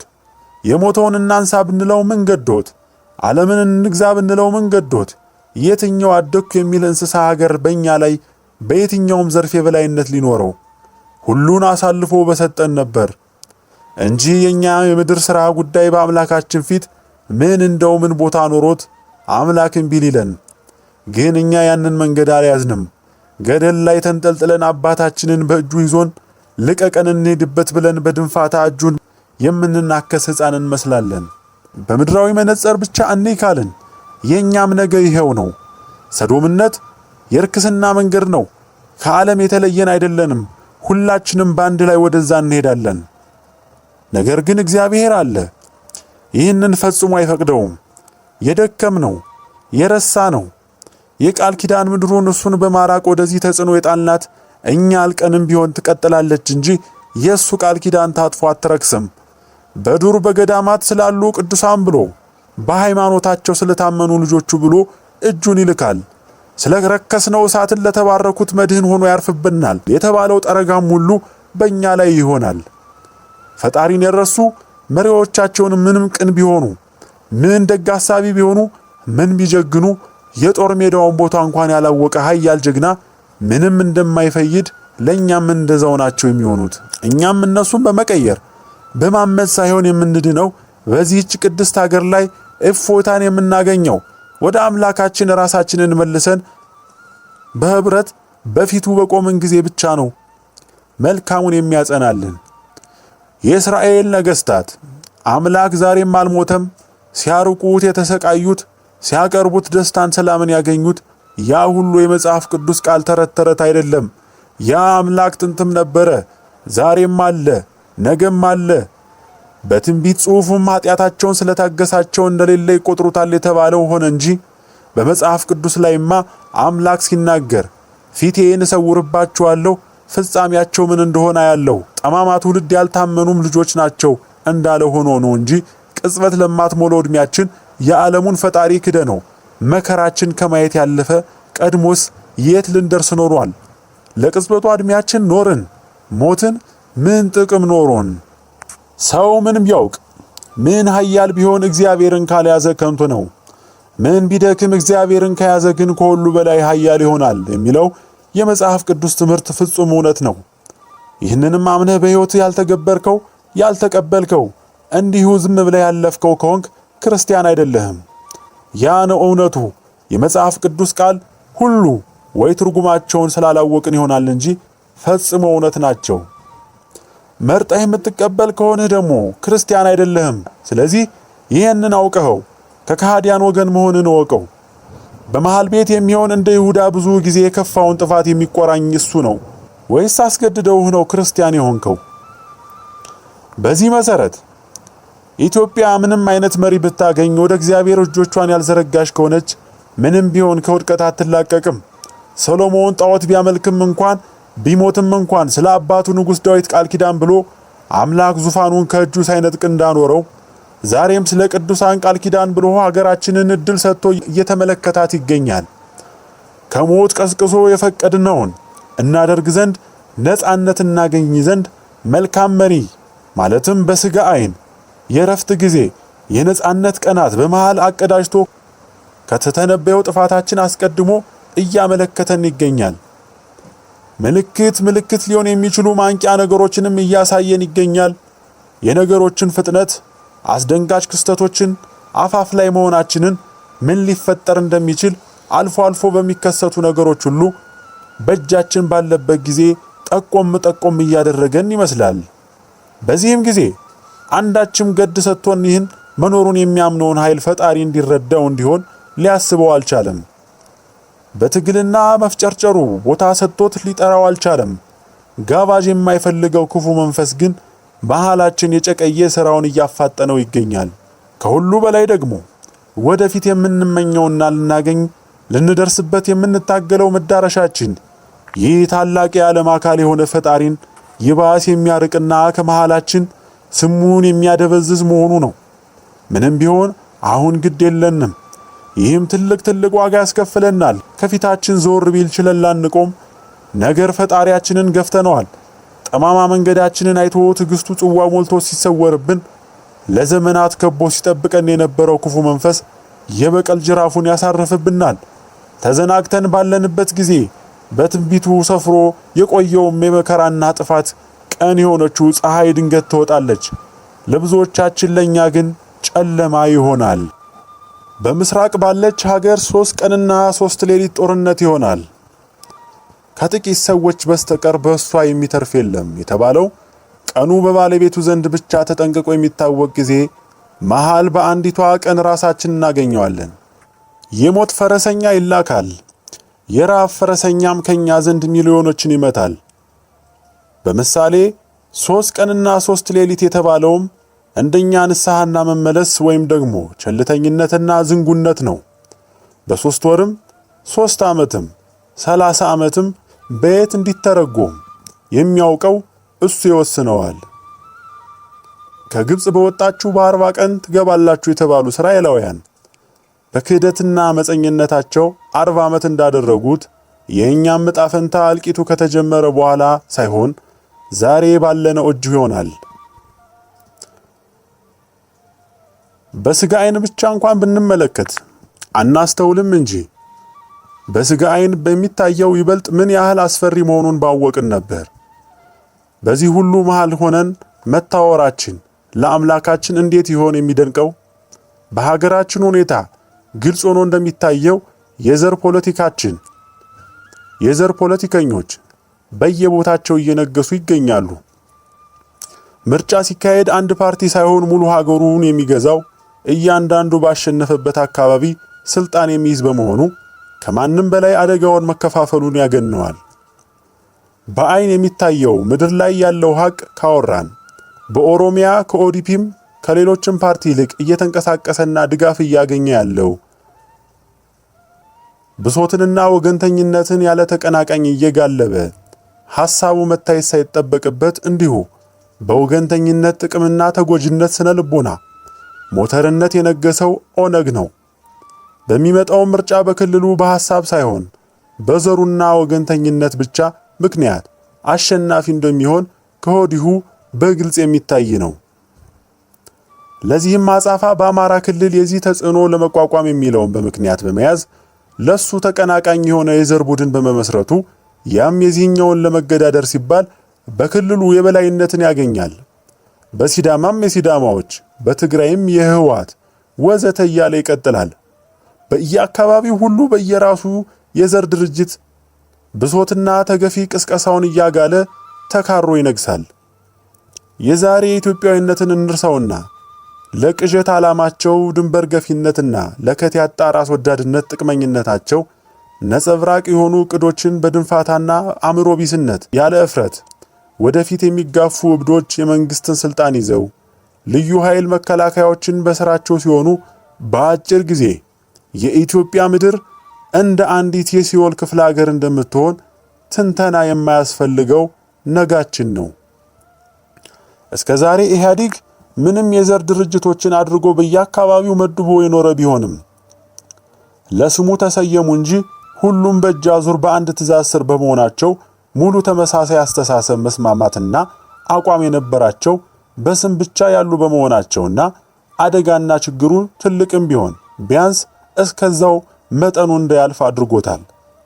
አሁን ግን ጠላትነት የሚያገናኛቸው በተፈጥሯቸው እርስ በርስ የሚጣሉ በግልፍተኝነት የተዋጡ ያልበሰሉ የእሳት ራትነትን የተላበሱ አባላት የሚመሯቸው የሚጠላሉ ቡድኖች ቦታ ቦታ ይዘው ሲቀመጡ ቀድሞም ተንኳሽ ድንበር እጅግ በአጸያፊ መልኩ ገፊ ሆነው በተሸሸጉት በጦረኞችና አማጽያን እንኳን ያለ እረፍት ጥፋት ሲያደርሱ የኖሩት እንደ ኦነግ ያሉ ቡድኖች በክልሉ ባለሙሉ ስልጣን ሆኖ በአደባባይ የታጠቀ ልዩ ኃይል የተባለ መከላከያ በእጁ ትእዛዝ ስር ሲገባ በአማራ ክልል የዚህን አጻፋ በሚመስል ድንበር ለመግፋት ወደ ኋላ የማይሉ አዲስ እየተፈጠሩ ያሉ በዙሪያው ካሉ ስጋት አንጻር ህዝቡ ባይወድ እንኳን ለህልውና በሚል እሳቤ በግዱ ከሌሎች በተገዳዳሪነት የሚመርጣቸው ድርጅቶቹ በየአካባቢያቸው መሰል ኃይል ሲሰበስቡ ሲላበሱ በሰሜን ኢትዮጵያ ህወሓት፣ በደቡብ ኢትዮጵያ ከኦነግም እርስ በርስ የድንበርና ወሰን ውስብስብ ሁኔታ ውስጥ የገቡ በሲዳሞም እንዲሁ በሶማሌም በአፋርም በደቡብም በሁሉም የዚህ አይነት ሁኔታ ሲነግስ ይህም አይቀሬ መሆኑ አሁን ሲታይ ምን እንደሚሆን መገመቱ አስፈሪ ነው። ይህ እንዳይሆን ተማምነን የምንነጋገርበት አንዳችም ነገር ዛሬ እየተሰራ ለመሆኑ በስጋ በምናየው እንኳን ይህንን ለመናገር ያስገድደናል። አሁን ባለው የጉዞ መንገዳችን ከቀጠልን ግን ቆም ብሎ ለሚያስብ ማንኛውም ባለ አእምሮ ፍጡር ግን ይህ ፈጽሞ ሊቀር የማይቻል የማይቀር ሐቅ ነው። ማን ነው ሶሪያን አስፈሪ ምሳሌ ያደረጋት? ማን ነው የመንን አስፈሪ ምሳሌ ያደረጋት? ማን ነውስ ሩዋንዳን አስፈሪ ምሳሌ ያደረጋት? በሶሪያ የነበረው ሁኔታ እንደሆነ በአንድነት ያለ ህዝብ ከመንግስትና ደጋፊዎቹ ጋር የነበራቸው አለመስማማት በኋላም አመፀኞችን ለመክታት የተደረገ እንቅስቃሴ ብቻ ነበር። በኋላም ይቺ ምክንያት ነበረች ተጋግላ እየከፋች ሄደችው የስልጣን ሽኩቻ እንጂ እርስ በርስ የሚያጨቃቀን ጥላቻ የላቸውም ነበር። በየመንም እንዲሁ በመንግስቱ በተቃዋሚዎቹ በሁቲ አማጽያን መሃል ነበር ችግሩና ጦርነቱ። ስልጣኑን ሊይዙ ወደው ታገሉ እንጂ ልዩ ጥላቻስ የለባቸውም። የሩዋንዳውም ቢሆን ሚሊዮኖችን ሊቀጥፍ ቢቻለውም ሁለቱ ወገኖች ተመሳሳይ ቋንቋ የነበራቸው የተከለለ የምድር ድንበር ክፍፍል ያልነበራቸው በብዛታቸውም ተገዳዳሪ ሳይሆኑ ሰፊ ልዩነት የነበራቸው በሁለቱም ወገን የየራሳቸው የሆኑ ጦሮች የሌሏቸው ብሎም በቋንቋ አንድ የሆኑ በመሆናቸው ይህ ሁሉ ከሀገራችን የተሻለ ሁኔታ ላይ ያሉ ስለሚያደርጋቸው የሟቾቹ ቁጥር ከሚሊዮን ላይ ያልፍ ቻለ። በሀገራችን ግን ከ12 በላይ ቡድኖች በቋንቋ የሚለያዩ ጥላቻ እስካፍንጫቸው ሲሰበኩ የኖሩ ካለፈው አብልጦ ዛሬ የሚሰበኩ ሁሉም የኔ የሚሉ ያንዱ ተሻግሮ ሌላውን እምብርት ድረስ የሚገቡ የቅዠት ወሰኖችና ድንበሮችን በመናቦቻቸው ያሏቸው በህዝብ ቁጥራቸው የሚቀራረቡ ከዚህ በፊት አውርተዋቸው የማይጠገቡ ጨለማ ስነ ልቦናን የሚያላብሱ በሶቶችና ጠላትነትን የሚሰብኩ ሮሮች ያሏቸው የታጠቁ ገናም የሚታጠቁ በመታወቂያ አልፎም በታርጋ ጭምር የተለዩ ፈጽሞ የማይተማመኑ ቡድኖች አንድን ስልጣን ለመያዝ የሚደረግ ፉክክር ሳይሆን ሌላውን የኔ ነው ከሚሉት አጥፍቶ የራስ ጥቅምና ድንበርን ለማቆም በእብሪት የሚተያዩ የበረቱበት በቋፍ ትንኝ ብትጋጨው ሊሰባበርና ሊደረመስ የደረሰ በእንቁላል ቅርፊት የተገደበ ረጅም የግድብ ሐይቅ ስር ቆመን ድንጋይ የምንወራወር የምናሾፍ እንመስላለን። ይህም ዋናውን ስጋት አልገለጸውም። ዋናው ስጋት የውጭ ሀገራት በዓለም ተጽዕኖአቸውን ለማስፋፋትና የቅኝ ግዛት ያህል ተጽዕኖ ባለው መልኩ መስፋፋትን ለመፍጠር የሚያደርጉት እረፍት የለሽ ሽኩቻ ፈጽሞ ያልተረዳን ህዝቦች መሆናችን ነው። ቻይና፣ አሜሪካ፣ ሳውዲ አረቢያ፣ ኢራን፣ ግብጽ፣ ሩሲያ እነዚህ ሁሉ የሚያደርጉትን መፍጨርጨር ከጀርባ የሚሰራውን ሁሉ ልብ ብለን የማናስተውል መሆናችን ደግሞ የበለጠ ሟች ያደርገናል። ከዚህ በፊት በብዙ ቦታዎች እንደታየው ሀገራት ሌሎችን ሀገራት ብድርን በመጠቀም መክፈል በሚያቀታቸው ጊዜ ሉዓላዊነታቸውን አሳልፈው እስከ መስጠት የሚያደርሱ ሁኔታዎችን ሲያደርጉ እንመለከታለን። ምን ነው ልቦናችን ደነዘዘ? ቻይና የራሷ 1.437 ቢሊዮን ሳይሆን 1.427 ትሪሊዮን የውጭ ዕዳ ያለባት ለኢትዮጵያ ለአፍሪካ ሀገራት እጅግ ብዙ ቢሊዮኖችን የሚቆጠር ብድር ወይ እርዳታ ሰጠች ሲባል እንዴት ብለን ጠይቀን እናውቃለን? እንደማይከፈል እርግጠኛ የሆኑባቸውን ብድሮች በመስጠት የሀገራትን ሀብትና ንብረቶች በመበዝበዝ አልፎም ብድር መጠኑን እጅግ ሲገፉ ሉዓላዊነትን አሳልፈው በመስጠት በእጅ አዙር ቅኝ ግዛት መያዝን የተካኑበት አይደለም እንዴ? ሽሚያቸው ፉክክራቸው ስለዚህ አይደለም እንዴ? ብድራቸው የጠቅላላ ጂዲፒያቸውን 50% በላይ ባደረሱ ጊዜ ሉዓላዊነት እስኪጸፋ ድረስ በእጅ አዙር በዝበዛውና ሀገሩን አሳልፎ መስጠቱ የብዙዎች ዕጣ ፈንታ ሆኗል። ሙሉ የባህር ወደባቸው፣ ትራንስፖርታቸው አልፎም በአንዳንዶቹ የፖሊስ ኃይላቸውን ጭምር ቻይናውያን በባለቤትነት የሚያስተዳድሩባቸው ድሃ የአፍሪካና የሌላው አገራት እጅግ ብዙ ናቸው።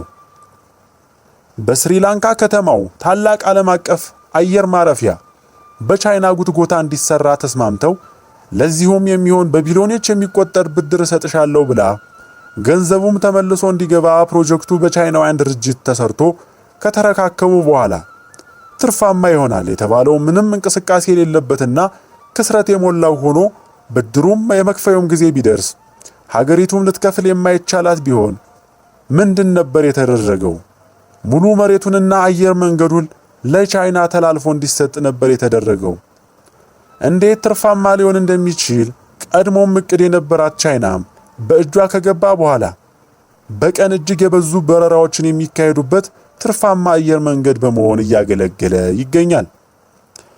ከዚሁም ካለንበት በጅቡቲ እንኳን ወደቧን እጅግ ዘመናዊ አድርጋ የመስራት ፕሮጀክትን ቻይና አቅርባላት ብዙ ቢሊዮን ዶላር ለዚሁ በብድር ሰጥታ ስራውን በመጀመር ይሄው ገንዘብ ተመልሶ እሷ ጋር እንዲመጣ በቻይናውያን ኩባንያዎች ሰርታ ጨርሳ ካስረከበች በኋላ የጅቡቲ ዋና ተጠቃሚ የሆነችው ኢትዮጵያ በሌሎች አማራጭ ወደቦች መጠቀም እድል በማግኘቷ ተጠበቀው ገቢ ሊያስገኝላት ባለመቻሉ የብድር ቀኑ ሲደርስ ቀጥታ ከነሙሉ መሬቱና ወደቡ ለቻይና በባለቤትነት እንዲተላለፍ ነበር የተደረገው። የኛንም ሀገር በዚሁ መልኩ ከዛው ጋር ተያይዞ በብዙ ቢሊዮን የሚቆጠር በከፍተኛ ብድር የተሰራው ከጅቡቲ አዲስ አበባ የኤሌክትሪክ ባቡር መንገድም ምንም ጥቅም እየሰጠ የማይገኝ ክስረት ሆኗል። ቢስተካከልና መስራት ቢችል እንኳን አማራጭ ወደብ በኤርትራ በርካሽ በመገኘቱ ወደፊትም ያለ ስራ የተኛ ክስረት ሆኖ ይገኛል። የኤርትራው ወደብ ባይስተካከል እንኳን በዚሁ በጅቡቲ በኩል ሰርቶ ትርፋማ እንዳይሆን የጅቡቲውን ወደብ በእጃቸው በማስገባታቸው የማያንቀሳቀስ የወደብ ታሪፍን በመጫን ሊቆጣጠሩት ስለሚችሉ በእነሱ መልካም ፈቃድና ሴራ እጅ ውስጥ ገብቷል። የአዲስ አበባውን ባቡር ጨምሮ ብዙ እንደተጠበቁት ትርፋማ ያልሆኑ ምናልባትም እንዳይሆኑ የተደረጉ ፕሮጀክቶች የወሰድነው ብድርም ለወደፊት መክፈል ባለመቻላችን ወይ ሙሉ የመብራትን ኃይሉን ወይ ቴሌኮሙኒኬሽኑን ካምፓኒውን እና ሌሎችን አሳልፈን ለቻይና መስጠታችን የማይቀር ይመስላል። የአፍሪካ እንዲሁም በአብዛኛው የምስራቁ ክፍል በዚህ መልኩ በቻይና መዳፍ ውስጥ ተጠቀለለ መግባቱ ያስደነግጣል። አሜሪካም ይህንን ለመስበርና በራሷ ለማድረግ ብዙ መፍጨርጨሮችን ስታደርግ ቆይታለች። ኢትዮጵያም ለብዙ ከንቱ ፕሮጀክቶቿ የወሰደቻቸው ብድሮች ቀኑ በደረሰበት ወቅት ከባድ ሁኔታ ውስጥ በገባንበትም ወቅት ለቻይና መዳፍ ሳንገባ በፊት በእጅ አዙር ይሄ ነው በማንለው ምክንያት በብዙ ቢሊዮኖች የሚቆጠር ዶላር ወደ ሀገራችን ገብቷል። የአሜሪካ የአረብ ወኪል በሆነችው ሳውዲም በኩል በቢሊዮን የሚቆጠር ዶላር በነፃ ስጦታ ተሰጥቷታል። ከነዚህም ሁሉ እንደምንመለከተው የዓለም ነገር ሁሉ ከጀርባም የሚካሄደው እጅግ የተወሳሰበና ጨርሰን በማናውቀው መልኩ እንደምንም በማይቆጥሩን ደሃ ሀገራት ላይ ብዙ ግፍና ጨዋታን እንደሚያደርጉብን ነው። የአሜሪካና ምዕራብ ሀገራት ከቻይናና ሩሲያ ሌሎች መሰል ሀገራት ጋር የሚያደርጉት ፍክቻ መሃል የብዙ ሚሊዮኖች ደም ይፈሳል። በዚሁም ሳያበቃልን በሳውዲና በኢራን መካከልም በሚደረገው ትግል እጅግ ብዙ ደም ዘወትር ይፈሳል። ከሁሉም ከዘር ውጥረቱም ሆነ ከየትኛውም በላይ ባጉል መንገዳችን እየሄድንበት ላለነው ለጥፋታችን ቀን መቃረቡ ዋና መልካች የሆነው የእነዚህ ሀገራት በኢትዮጵያ ዙሪያ ከበው መገኘት ነው። ሞት በበዛበት አሞራዎች እንደሚሰበሰቡ ከየትኛውም የዓለማችን ክፍል በላይ እነዚህ ሀገራት ጦሮቻቸውን በጅቡቲ፣ በኤርትራ፣ በሶማሊያ፣ በሱዳንና በኬንያ አስፍረው ኢትዮጵያ በአካባቢው ተጽዕኖ ለመያዝ በሚተጉ ሀገራት ፍጥጫ ላይ ትገኛለች። የኛ ጦርነት ሳይሆን የሚያሰጋን ልክ አንዱ ትንሽ ቡድን በሚነሳበት ጊዜ ከሐሳቡና ከአቅሙ በላይ የሆነ የገንዘብ ድጋፍና የመሳሪያ ሸክም ከተፋጠጡት ሀገራት በአንዱ ይሰጠዋል። ይህንን የተመለከተ ሌላኛው ሀገር ደግሞ የዚህኛውን ሀገር ወዳጁን አጎልብቶ ለመቆጣጠር የሚደረግ ጥረት ለማደናቀፍ ለዚህኛው ጠላት ተመሳሳይ ድጋፍ ያደርጋል። እንደ ኦነግ ያሉ በግብጽ በተለያዩ የአረብ ሀገራት እጅግ የሚረዱ ቡድኖችም ከታሰበው በላይ አጥፊነትን እንዲላበሱ ያደርጋቸዋል። ቆይቶም ለሌሎች ቡድኖች በዚህ መልኩ ከሌሎች ሀገራት እርዳታ መስጠቱ የማይቀር ነው። በየመን ሁቲዎችን ኢራን በስልጠና ጦር መሳሪያ፣ ሚሳኤል ጭምር በማስታጠቅ በምትረዳበት ጊዜ ሳውዲና መሰሎቿ ደግሞ ሌላኛውን ቡድን በተመሳሳይ በመሳሪያ ጋጋታ፣ በአየር ጥቃት ድገፋ ወዘተ በማገዝ የማያቆም የማያልቅ ፍጹም አውዳሚ የሆነ ጦርነትና እልቂት በየመን እስከዛሬ ሳያልቅ ይታያል። ህዝቡ በመሃል ቤት ያለ ቆጣሪና መርማሪ በእሳት መሃል ይረግፋል። አልፎም በአዲስ አበባ መንገዶች ላይ በልመና እስከ መሰማራትም ደርሰዋል። የኛ በብዙ ቡድን በጥላቻ በህዝብ ላይ ህዝብ በሚነሳ ጦርነት ደግሞ ምን እንደሚሆን ከአምላክ ከእርሱ በስተቀር ሊገምተው የሚቻለው ሰው የለም። ከወዲሁ በኤርትራ የተባበሩት የአረብ ኤሚሬትስ የጦር ካምፕን ጨምሮ ሌሎች በጅቡቲ፣ በቻይና በታሪኳ ለመጀመሪያ ጊዜ በውጭ ሀገር ያሰፈረቻቸው ወታደሮቿ የፈረንሳይ ኤፍኤፍዲ ጦር፣ የጣሊያን የአሜሪካ ሲጂቲኤፍ ኤችኦኤ ጦር ካምፕ፣ ጃፓን ከሁለተኛው የዓለም ጦርነት ወዲህ በታሪኳ ኖሯት የማያውቀውን የሌላ ሀገር ጦር ካምፕ ጭምር በዚህችው በጅቡቲ አስፈራለች። ከጎረቤታችን ሶማሊያም ጭምር ቱርክ ሳትቀር ከሁሉም ትልቁን የጦር ካምፓን እያዘጋጀች ትገኛለች። እንግሊዝም በኬንያ ሌሎችም ተሰባስበው ምስራቅ አፍሪካን ከበው ይገኛሉ። አንድ ግጭት በሚነሳ ቁጥር በእነዚህ ሁሉ ያሰፈሰፉ ተሻኳቾች ኃያላን ቡድን ይዞ ጣልቃ ገብነት መሃል ለማይበርድ እርስ በርስ እርቂት እንደምንደረደር ጥርጥር የለውም። እንደ ኦሮሞ እስላማዊ ነፃ አውጪ ግንባር የመሳሰሉት በአረብ ሀገራት ድጋፍና መተማመን የተቋቋሙት ብቻ እንኳን በአረብ ሀገራት መካከል የሚደረገው ፉክክርና እርስ በርስ ግፊያ ብዙ ዋጋ እንደሚያስከፍሉ መገመት ይቻላል። የየመን ከሶማሊያ የከፋ ግጭት እንዴት ነው የተፈጠረው? እንደመነሻው የመንግስቱና የአማጺዎቹ ጸባቸው ቢሆን ጦርነቱ በንጽጽር የተባረከ የሚባል ነበር። ነገር ግን ሳውዲ መንግስቱን የቀረበች፣ ኢራን ሁቲ አማጺያኑን የቀረበች ዕለት ይህ መኖር የራሳቸው ግጭት በቅጽበት ወደ ሲኦል ተቀየረ። አይተውት ስሙን ሰምተው የማያውቁት መሳሪያ እርስ በርስ ላይ መልቀቅ ጀመሩ። ህዝቡ ከጦርነት ይልቅ በረሃብና መቀጨጭ አለቀ። ቢምቢ በሁለት እጅ በጭብጨባ መልኩ እንደሚጨፈለቅ በመሃል ቤት በሁሉ ኃያላን መሃል ተጨፈለቁ። ህዝቡ አልቆ በምድሯ ማንም ባይኖር እንኳን ኃያላኑ በሙሉ ጤናቸው በየሀገራቸው እስካሉ ድረስ እንደ ትኩስ ጦርነት የመቀጠል ሙሉ ችሎታን ይይዛል። በእኛም በኢትዮጵያውያን ዙሪያ ዝግጅቱ ያው ነው። የተባበሩት አረብ ኤሚሬትስ ብቻ እንኳን በሰሜን ኤርትራ ላይ፣ በደቡብ ሞቃዲሾ፣ በምስራቅ ሶማሊያ በርበራ ላይ ጦሯን በኢትዮጵያ ዙሪያ አቁማ ትገኛለች። ሳውዲ አረቢያን በጅቡቲ እንዲሁም በኤርትራ ጦሮቿን አስፈራለች። ቻይናም በታሪኳ ለመጀመሪያ ጊዜ ጦሯን በጅቡቲ ማስፈር እጅግ አስፈሪ ሁኔታ ነው። ምክንያቱም በታሪክ አጋጣሚ ሁሉ ለጥፋታችን ከተነሳ ኃይል ጋር ሁሉ በማበር ለውድመታችን ስትከንፍ የኖረችው ሀገር ነበረች። ሰይድ ባሬ ሶማሊያን አደራጅቶ በተነሳና በወረረን ጊዜ ሞቃዲሾን አልፎ እስከ ሐረር ሊደርስ ተጠግቶ በግፍ በተነሳ ጊዜ ቻይና ከሱ ጋር የተሰለፈች ሀገር ነበረች። ዳግመኛም ኤርትራ በኢትዮጵያ ላይ ጦርነት ባነሳች ጊዜ ኤርትራን በማገዝ በኢትዮጵያ ላይ ስትነሳ የነበረች ሀገር ቻይና ነች። ይባስ ብሎ በዚህ አሜሪካ ከ3 በላይ ጦር ካምፖቿን ባሰፈረችበት ምስራቅ አፍሪካ አልፎም ደግሞ ለረጅም ጊዜ ከአጋሮቿ ከፍተኛ እንቅስቃሴ በምታደርግበት ቀጠና የታሪክ ጠላቷና ተቀናቃኟ ሩሲያ በኤርትራ እንዲሁም በሱዳን የጦር ካምፖቿን የቀይ ባህር የጦር ኃይሎቹን የማስፈር እንቅስቃሴ ውስጥ ትገኛለች።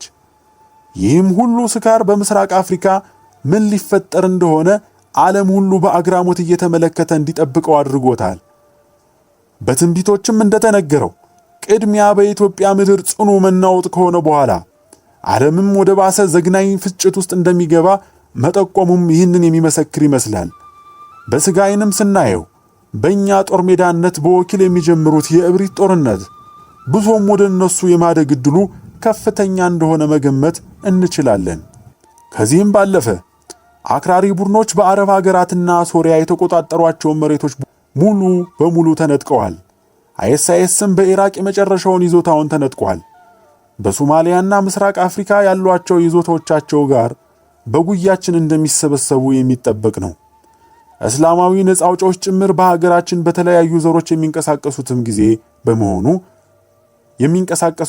ጊዜ በመሆኑ በዚህ መንገድ መከራችንን እንደሚበዛ መገመት ቀላል ነው። ከምርጫ በኋላ የሚኖረው ስጋት እንዳለ ሆኖ ከዛ በላይ ግን አደጋ የሆነው በየጊዜው የሚከሰቱት ድንገተኛ ጥቃቶች ናቸው። በሩዋንዳው ጭፍጨፋ በአንድ ሰው መገደል እንደፈነዳው የዚህ አይነት እልቂቶች ድንገት ሊፈነዱ የሚችሉ ናቸው። የዚህ አይነትም እጅግ አስጊ ፍንጮች በሀገራችን በተደጋጋሚ ታይተዋል። በአጣየው የኦሮሞ አክራሪዎች ጥቃት በአንድ ቀን ብዙ ሰዎች ሲገደሉ፣ ቤተ ክርስቲያናት ሲቃጠሉ፣ ሲዘረፉ፣ በግልፍተኝነት በሌላ ቦታ በበቀል በኦሮሞ ተወላጆች ላይ ተመሳሳይ ነገር ቢከሰት ኖሮ ከፍተኛ በዚህ መመላለስ በአንዴ ወደ ለየለት እልቂት ድንገተኛ ፍንዳታ የመግባት ዕድላችን እጅግ ትልቅ ነበር። ዳግመኛም በመተከል የአማራ ተወላጆች ተራ ድሃ ነዋሪዎች ሕፃናትን ጨምሮ በአንድ ቀን በመገደላቸው ወዲያውም በጃዊ በበቀል የተነሳሱ ሰዎች ተመሳሳይ ተራ ድሃዎች ላይ ግድያ መፈጸማቸውን እጅግ አስፈሪ ገጽታን ይዞ ሊቀጣጠል ሳለ በእግዚአብሔር እርዳታ የቆመ ነበር። አምላክም በዚህ መልኩ ምን ሊፈጠር እንደሚችል ፍንጮችን እያሳየን ይመስላል። ወደ ልቡናችን ተመልሰን በንስሐ ጸርተን እውነትም ያለውን ኃያል ፈጣሪ እርዳታውን ካልጠየቅን፣ ምሕረቱን ካልለመንን፣ በሙሉ አእምሮአችን ሆነን አምላካችንን በሁሉ አስቀድመን ለሀገራችን መድኃኒትን ካላወረድን ምንም ትርጉም የለንም። ሃይማኖታችንንም ሀገራችንም ምናችንም ትርጉም የለውም ማለት ነው። ድፍን ኢትዮጵያውያን ያለንበት ስነ ልቦና እጅግ የወደቀ ነውና አማኝ ሆነን ሳለ ባልገባን መንገድ ኢአማናዊ ኑሮን መኖራችንን እጅግ ጎድቶናል። ስለምን ብለን ያንን እናደርጋለን? እስኪ አስበው። ከወንበር ስር ወይ ከአጥርህ ካብ ላይ የተመለከትካት ቁጫጭን እስኪ አስባት። የሕይወት ዘመኗን ምን ያህል ከንቱነት ከተወለደች እስከ ዕለተ ሞቷ ካንተ ግቢ ወይ ከዛች ካነሰች ቦታ ሌላ ልታይ የማይቻላት ህልውናዋ ትፈጠር አትፈጠር ማንም ሳያስተውላት ሳትታይ የምትጠፋ ወይም ደሴ ወይም ጅማ ወይ ባህር ዳር የትኛውንም ቦታ ማካለል አይደለም። ቀኑን ሙሉ ስትጓዝ ብትውል ከሳሮች ወጣ ገባ አቆራረጥ ሁለት እርምጃ ቢሄድ የማይቻላት ቁጫጭ የሕይወት ልፋትና ብክንነት ከንቱነት። የኛስ ሕይወት ቢሆን ይህን የምታነበው ይህንን መልእክት የምታደምጠው አንተም በሕይወት ዘመንህ ከምድር ስፋቷ አንጻር እንደዚህችው ቁጫጭ የዓለምን የቁራሿን ቁራሽ ቅንጣት ሳታካልል በምድር ዙሪያ ምን ተራራ ቢኖር፣ ምን ጥቅጥቅ ያለ ደን ቢኖር፣ ምን ጥልቅ የአላፍን ዓለም ባህር ቢኖር፣ ምን የበረዶ ከተማ የአሸዋ ተራራ ቢኖር፣ አንተ ግን ከ3 ወይም ከ4 ከተማ ያለፈ እሱንም ከአስፋልቷን ጥግ ተከትሎ ካሉት ውጪ እንኳን ሳታይ በአጭር አካባቢ በጠባብ ቤት ሆነህ ሰፊዋን ዓለም ሳታይህ ከንቱ ቅንጣት ሆነ ለምታልፍባት ጊዜ ወደፊት እልፍ ወደ ኋላ እልፍ በሆነበት ከህዋና ዓለም የጊዜ ስፋትና ዕድሜ አንጻር የዓይን ጥቅሻ ቅጽበት በማይበልጥ ዕድሜ ታይተህ ለምትጠፋበት ከንቱ ፍጥረት በባዶ ለሆንክበት ከቶ ለምን ይሆን የመኖሩ ትርጉም? ስለምን ተፈጠርክ? ይህችን ዓለም ምንህ ናት? ይህንን ጽሑፍ አንብቤ ይህንን መልእክት አድምጬ ወጥቼ ስሻገር እንኳን መኪና ነክቶኝ የከንቱ ሕይወት ፍጻሜ እንዳይሆን መተማመኛ እንኳን በራሴ የሌለኝ ከንቱ ሆኜ ሳለሁ ታዲያ የኔ አሁን መተንፈስ ምንድነው ትርጉሙ? እንዲህ ቅንጣት ብናይ ምኗም ላልሆንክ የማታውቃትን ህዋና ዓለም ትላንት መጥተህ በሷ ውስጥ የእግዚአብሔርን አለመኖር ስንነግራት እንዴት ይሆን የሷ ግርምት? የኔስ በሷ እንዲህ ደቃ ሆኖ ለቅጽበት መኖር ምንድነው ትርጉሙ? ሁሉን አውቆ አዘጋጅቶ በውስብስብ ጥበብ ተሰርቶ ያለቀለት ዓለም ላይ አምጥቶ ፈጥሮ ያስቀመጠኝ እሱ የሁሉ አዘጋጅ እኔንም በራሱ ዕቅድ እንድኖር ፈልጎ በምንም በማላውቀው መንገድ ቁጭ ያደረገኝ ፈጣሪ እሱ ራሱ ካልሆነ ትርጉሙን ከቶ ማን ያውቀውና? በዚህ ጽሑፍ የቀረበውን የትንቢት ቃሉንም በንቀት በሹፈት የምመለከትበት ምንም መተማመኛና ምክንያት ሊኖርና አይገባም። ለየትኛው ሕይወታችን ብለን የት ተንቀሳቅሰን ላወቅናት ዓለምና ህዋ የት ቀድሜ የት ቆይቼ በጊዜ ሂደቷ ጠንቅቄ የማውቃትን ነው በእግዚአብሔር ቃል በእነዚህ ትንቢቶች ማፌዝ? ምን ተማምኜ ሕይወቴንስ ይህ ሆነ አልሆነ ምን ትርጉም ኖሮት ነው ትንቢቱን በልብ በሙሉነት የምጻረረው? ታዲያስ ስለ የትኛው ሕይወቴ ብዬ ነው እሱን ሳላስቀድመው የምኖረው? ማን የትኛው ባለ ትርጉም ሰው ዕዳ ኖሮብኝ ነው ፈጣሪ ማለት ያስፈራል እሱን በአስተዳደሬ በሀገሬ ጉዳይ ቦታ አልሰጥም ብዬ ካለ ልቤ የምባክነው? ስለምን ብዬ ነው እሱን እኔ ፈልገኸኝ የፈጠርከኝ ጌታዬ ሆይ ተቸግሬያለሁና እርዳኝ ብዬ የማልጠራው? ቀድሞስ ማፈልጎኝ ተፈጠርኩና በዚህች በከንቷ ሕይወቴ የማን ፖለቲከኛ ወይም ነጭ ዕዳ ኖሮብኝ ነው ፈጣሪዬን በአደባባይ መጥራት የምሸማቀቀው? ኢትዮጵያዊ ነኝ። ፈጣሪዬን አስቀድማለሁ። የሕይወት ፍልስፍና ያለኝ ባህሌ እሴቶቼ ሁሉ ከጥንት ጀምሮ ከሱ ለመዋሃድ የማደርገው ጥረቴ ነጸብራቅ ነው። ፈልጎኝ አንተ ራስህ አንተኑ እንድትኖር እፈልግሃለሁ ብሎ ሳይሳሳት የፈጠረኝን አምላኬን አልክድም። ዴሞክራሲ ማለት የብዙ ሕዝብ ፍላጎት አስተዳደር ነው ከተባለ 99 በመቶ አማኝ የሆነ ከሁሉ በፊት አምላኬ ቀድምብኛል ብሎ በማሰብ በውጭ ድርጅቶች በተሰራ ዓለም አቀፍ ሰርቬ ከሁሉም አገር ለተከታታይ ዓመታት ኢትዮጵያ አንደኛ ደረጃ ላይ የተቀመጠችበት ሕዝብ እንዴት ሆኖ የጋራ ግቡ ናሽናል ኢንተረስት ላይ ይህ ፍላጎት አንዳችም ግምት ውስጥ ሳይገባ በሱ ፋንታ ልጆቹ ከልጅነታቸው ጀምሮ የኢአማናዊነትን ትምህርት በብቸኝነት በመማር ጎን ለጎን እንኳን የፈጣሪ እምነት የሱ ፍላጎቶችና ዕቅዶች ወዘተ የሃይማኖት ዶክትሪኖች ልዩነት ቢኖሩም ሁሉም ፈጣሪ የሚያመልክ በመሆኑ የሚያመሳስሏቸው ነገሮች በሙሉ ተመርጠው እንዲሰጡ ያልተደረገበት ድፍን ሕዝቡን ያለ አማራጭ ተቀርጸው ማንነቱን እንዲጠየፉት አድርጎ በሚተርክ ቀጥታ ከውጭ በተገለበጠ መንገድ የሚመሩበት የሚተካውን ትውልድ ለሌሎች አስሮ ያስረከበ ሕዝብ ይህም ሁሉ ከራሱ ድሃ ገቢ በሚሰበስብ ታክስ ገንዘብ ተደግፎ አዲስ ተጻራሪ ሃይማኖት ያለ ማወዳደሪያ የሚማሩበት ሀገር ሆኗል። እንደ አሜሪካ ያሉ በቅዱሳን መጻሕፍት ዓይን የኃጢአት ማማ በሚባሉ ሀገራት እንኳን ወንጀልና ክልክል የሆነው ሴተኛ ዳሪነትን እዚህ ግን ብዙ ሕዝብ የሚጠየፈው ሆኖ ሳለ በልቅ የተፈቀደ ልቅ ሥራ ሆኖ የነገሰበት መንገድ ዴሞክራሲ የብዙ ሕዝብ ፍላጎት አስተዳደር ተብሎ ውሸት የሆነ ዲሞክራሲ ሀገራችንን አውሮ ሲገለን ያሳዝናል። የአንድ ፈጣሪ ልጆቹ አንዱን የጋራ አባታችን ለማመስገንና ለማምለክ ስለ እውነት በመሰለን መንገድ አምልኮ ስንተጋ ቆይተናል። ሁለት የአንድ አባት ልጆች ያጡትን አባታቸው ፍለጋ ወጥተው በሚችሉት ሁሉ ስለ አባታቸው ፍቅር ቢተጉ ወደሱ ያቀርበናል ብለው ከልባቸው ባሰቡት በተለያየ መንገድ ወደ አባታቸው ለመቅረብ ሊለፉ ይችላሉ። ታዲያ የጋራ አባታቸው ከልባቸው እስከሆነ ድረስ አንዱን ሊያገኘው የሚባክን ቅን ልጁን ከሌላው አሳንሶ ወይም አብልጦ አያየው። ሁለቱም በቅንነት አባት ፍቅር ከልባቸው አባታቸውን ለማግኘት እስከጣሩ ድረስ አባታቸው አንዱን ከሌላው ለይቶ አያርቀውም። ይልቁንስ በእውነት ልብ ሆነው አባቴ ብለው ቢፈልጉት መንገድ የሳቱትን አቃንቶ እንደ አብርሃም ወደ ቤቱ መንገድ ይመራቸዋል እንጂ። ከሙስሊምም ሆነ ከክርስቲያን ቤት ተወልደው በገባቸው መንገድ ስለ እውነት ፈጣሪያቸውን ለመቅረብ የሚጥሩ የዋህ ቅን ልጆችንም እግዚአብሔር ከአንዱ ከሌላው አብልጦ አያያቸውም። ማንኛውም በቅን ልቦና ስለ እውነት ከልቡ በመሻት አባቱን ለማግኘት በፍቅር የሚተጋን ልጁን የጋራ ፈጣሪያችን አይጨክንበትም። ፈጣሪ ጋር ለመቅረብ ከትውልድ ዕድል ይልቅ የልብ ቅንነትና የዋህነት እንዲሁም ከልብ በሆነ ፍቅር አባትነትን ለመቅረብ መሻት የበለጠ ዋጋ አለው።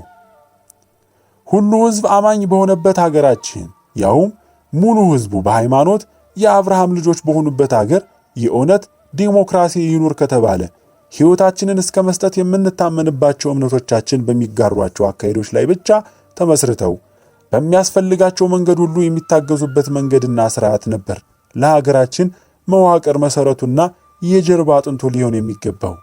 ከዚህ ውጪ የሆነ ብሎም ከዚህ የሚጻረር ከውጮች የተገለበጠ መንግስት ቅኝ ግዛት ማንነት ቅየራ እንጂ ሌላ ሊባል አይችልም ሲሆን የጋራ የምስጋና ቀን አውጆ በሀገሩ ባቆመ ነበር። የኛ ሀገር የታደለች በመሆኗ ሁሉም አማኞቿ ፈጣሪያቸውን የሚያመልኩበት አልፎም የእስማኤልና የአብርሃም ተከታዮች የሆኑ በስጋ የጋራ አባታቸው የሆነውን አብርሃምን አምላክ ቀጥታ ለማምለክ የሚጥሩ በመሆናቸው በዚህ ተመስርቶ ፈጣሪን የማክበር የሕይወት እስከ ሞት ምኞታቸውን ባገዛቸው ነበር። መንግስት ሲባል የሕዝብ አገልጋይ እስከ መሆኑ ድረስ ማለት ነው። አይደለም እንደኛ ሀገር በተቃራኒው ከትውልዳቸው የፈጣሪን ዕውቀት አመንምኖ የሕይወት ዓላማቸውን ደብዛውን ለማጥፋት የሚጥር ሥርዓት ሊሆን እውነተኛ የኢትዮጵያ መንግስት ቢኖር ኖሮ እነዚህ በአምላካቸው ሕግጋትና ያለፉ ታሪኮች አምላካቸው በሚያዛቸው ነገሮች የሚለዩ ቢሆንም አንድ አምላክ የሆነ እሱ የሥራቸው ፈጣሪያቸው መሆኑን ሁሉም በጽኑ የሚያምኑ ክርስቲያኑ የሙስሊሙን ፈጣሪ ሙስሊሙም ደግሞ የክርስቲያኑን ፈጣሪ ሆነውን የጋራ አንድ ፈጣሪያቸውን የሚያመልኩ በመሆናቸው ለአንዲት ቀን እንኳን ፈጣሪ በሚለው መጠሪያ ተሰብስበው ሁለት የጋራ አባታቸውን በመሰላቸው መንገድ ለማምለክ የሚጥሩት ህዝቦች ተገናኝተው በአንድ ላይ ፈጣሪያችሁ ነው ብለው በጠሩት ነበር። እስኪ አስቡት፣ ሀገር ሁሉ ወጥቶ ፈጣሪያችን አባታችሁ ነው ብለው ጠርተውት በጋራ ወደሱ ሲመለከቱ አባት ምን ይሰማዋል? ሌላ ባዕድ አምልኮ ፈልገው ሳይሆን በቅንነትና እውነትን ፈጣሪያችን እናገኝበታለን ባሉባቸው መንገዶች የተከፋፈሉ ልጆቹ ለአንዲት ቀን በአንድ ላይ ሁሉም በሚስማሙበት ማንነቱን መጠሪያው ፈጣሪያችን አባታችን ብለው ወደሱ ሲጣሩ የአባታቸው የአብርሃም አምላክ ምን ይሆን ምላሹ?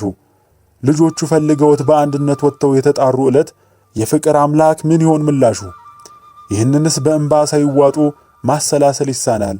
ሲሆን ለኛ ህዝብ የዚህ አይነት የጋራ የተቀደሱ ቀናትን ከሃይማኖት አባቶች ጋር በመነጋገር ሁሉም ሃይማኖት በሚስማማባቸው ምስጋናዎች ፈጣሪን አክብረን ሁሉም ሃይማኖትስ በልጦ በሚሰበከው ፍቅር ሆነን አምላካችንን በጋራ በማመስገን እምነታው ኃይልን የምናገኝበት በመንፈስና በስነ ልቦና አድሳትን አብበን ሌሎች ሀገራዊ ግቦቻችንን በንጹህ አእምሮ ሰላም የምንሰራበትን መንገድ የሚያመቻች መንግስት ነበረ እንደኛ ላለችው ሀገር ይገባት የነበረው።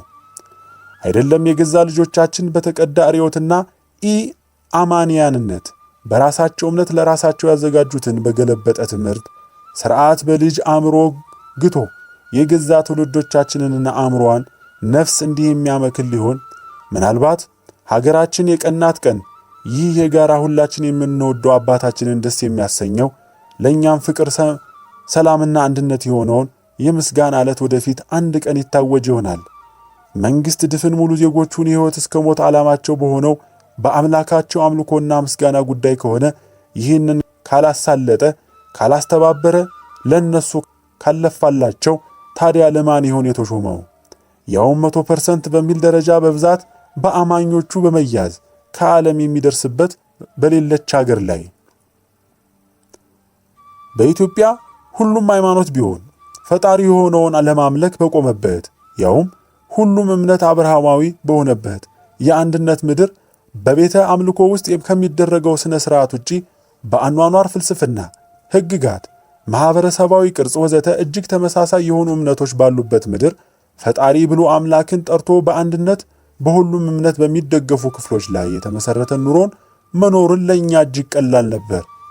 የኛ ሀገር ህዝብ በሙሉ አእምሮ አተኩሮ ሀገሩን ማሳደግ ይችል ዘንድ ከልቡ የመጀመሪያ ግቡ እሱም ፈጣሪውን ከሁሉም ማስቀድሞ የሚኖርበትን ግብን ያቀፈ ሀገራዊ ግብ የተቀረጸበትን ማንንም ለማስደሰት ብሎ ሳይሆን ሀገሩ ፍጹም የሱ የህዝቡ ሆና የሚኖርባት ናትና ትልቁ አካሉ የሆነው ፈጣሪው ቦታ ያለበት በሚመሰገንበት የሚለመንበት ህጉ ተከብሮ የሚደሰትበት አስተዳደራዊ እንዲሁም ህዝባዊ የሀገር መዋቅር የሌለው መንግስት በኢትዮጵያ በቃል ኪዳኗ ምድር ከቶ በሰላምና ክብር ሊኖር አይችልም።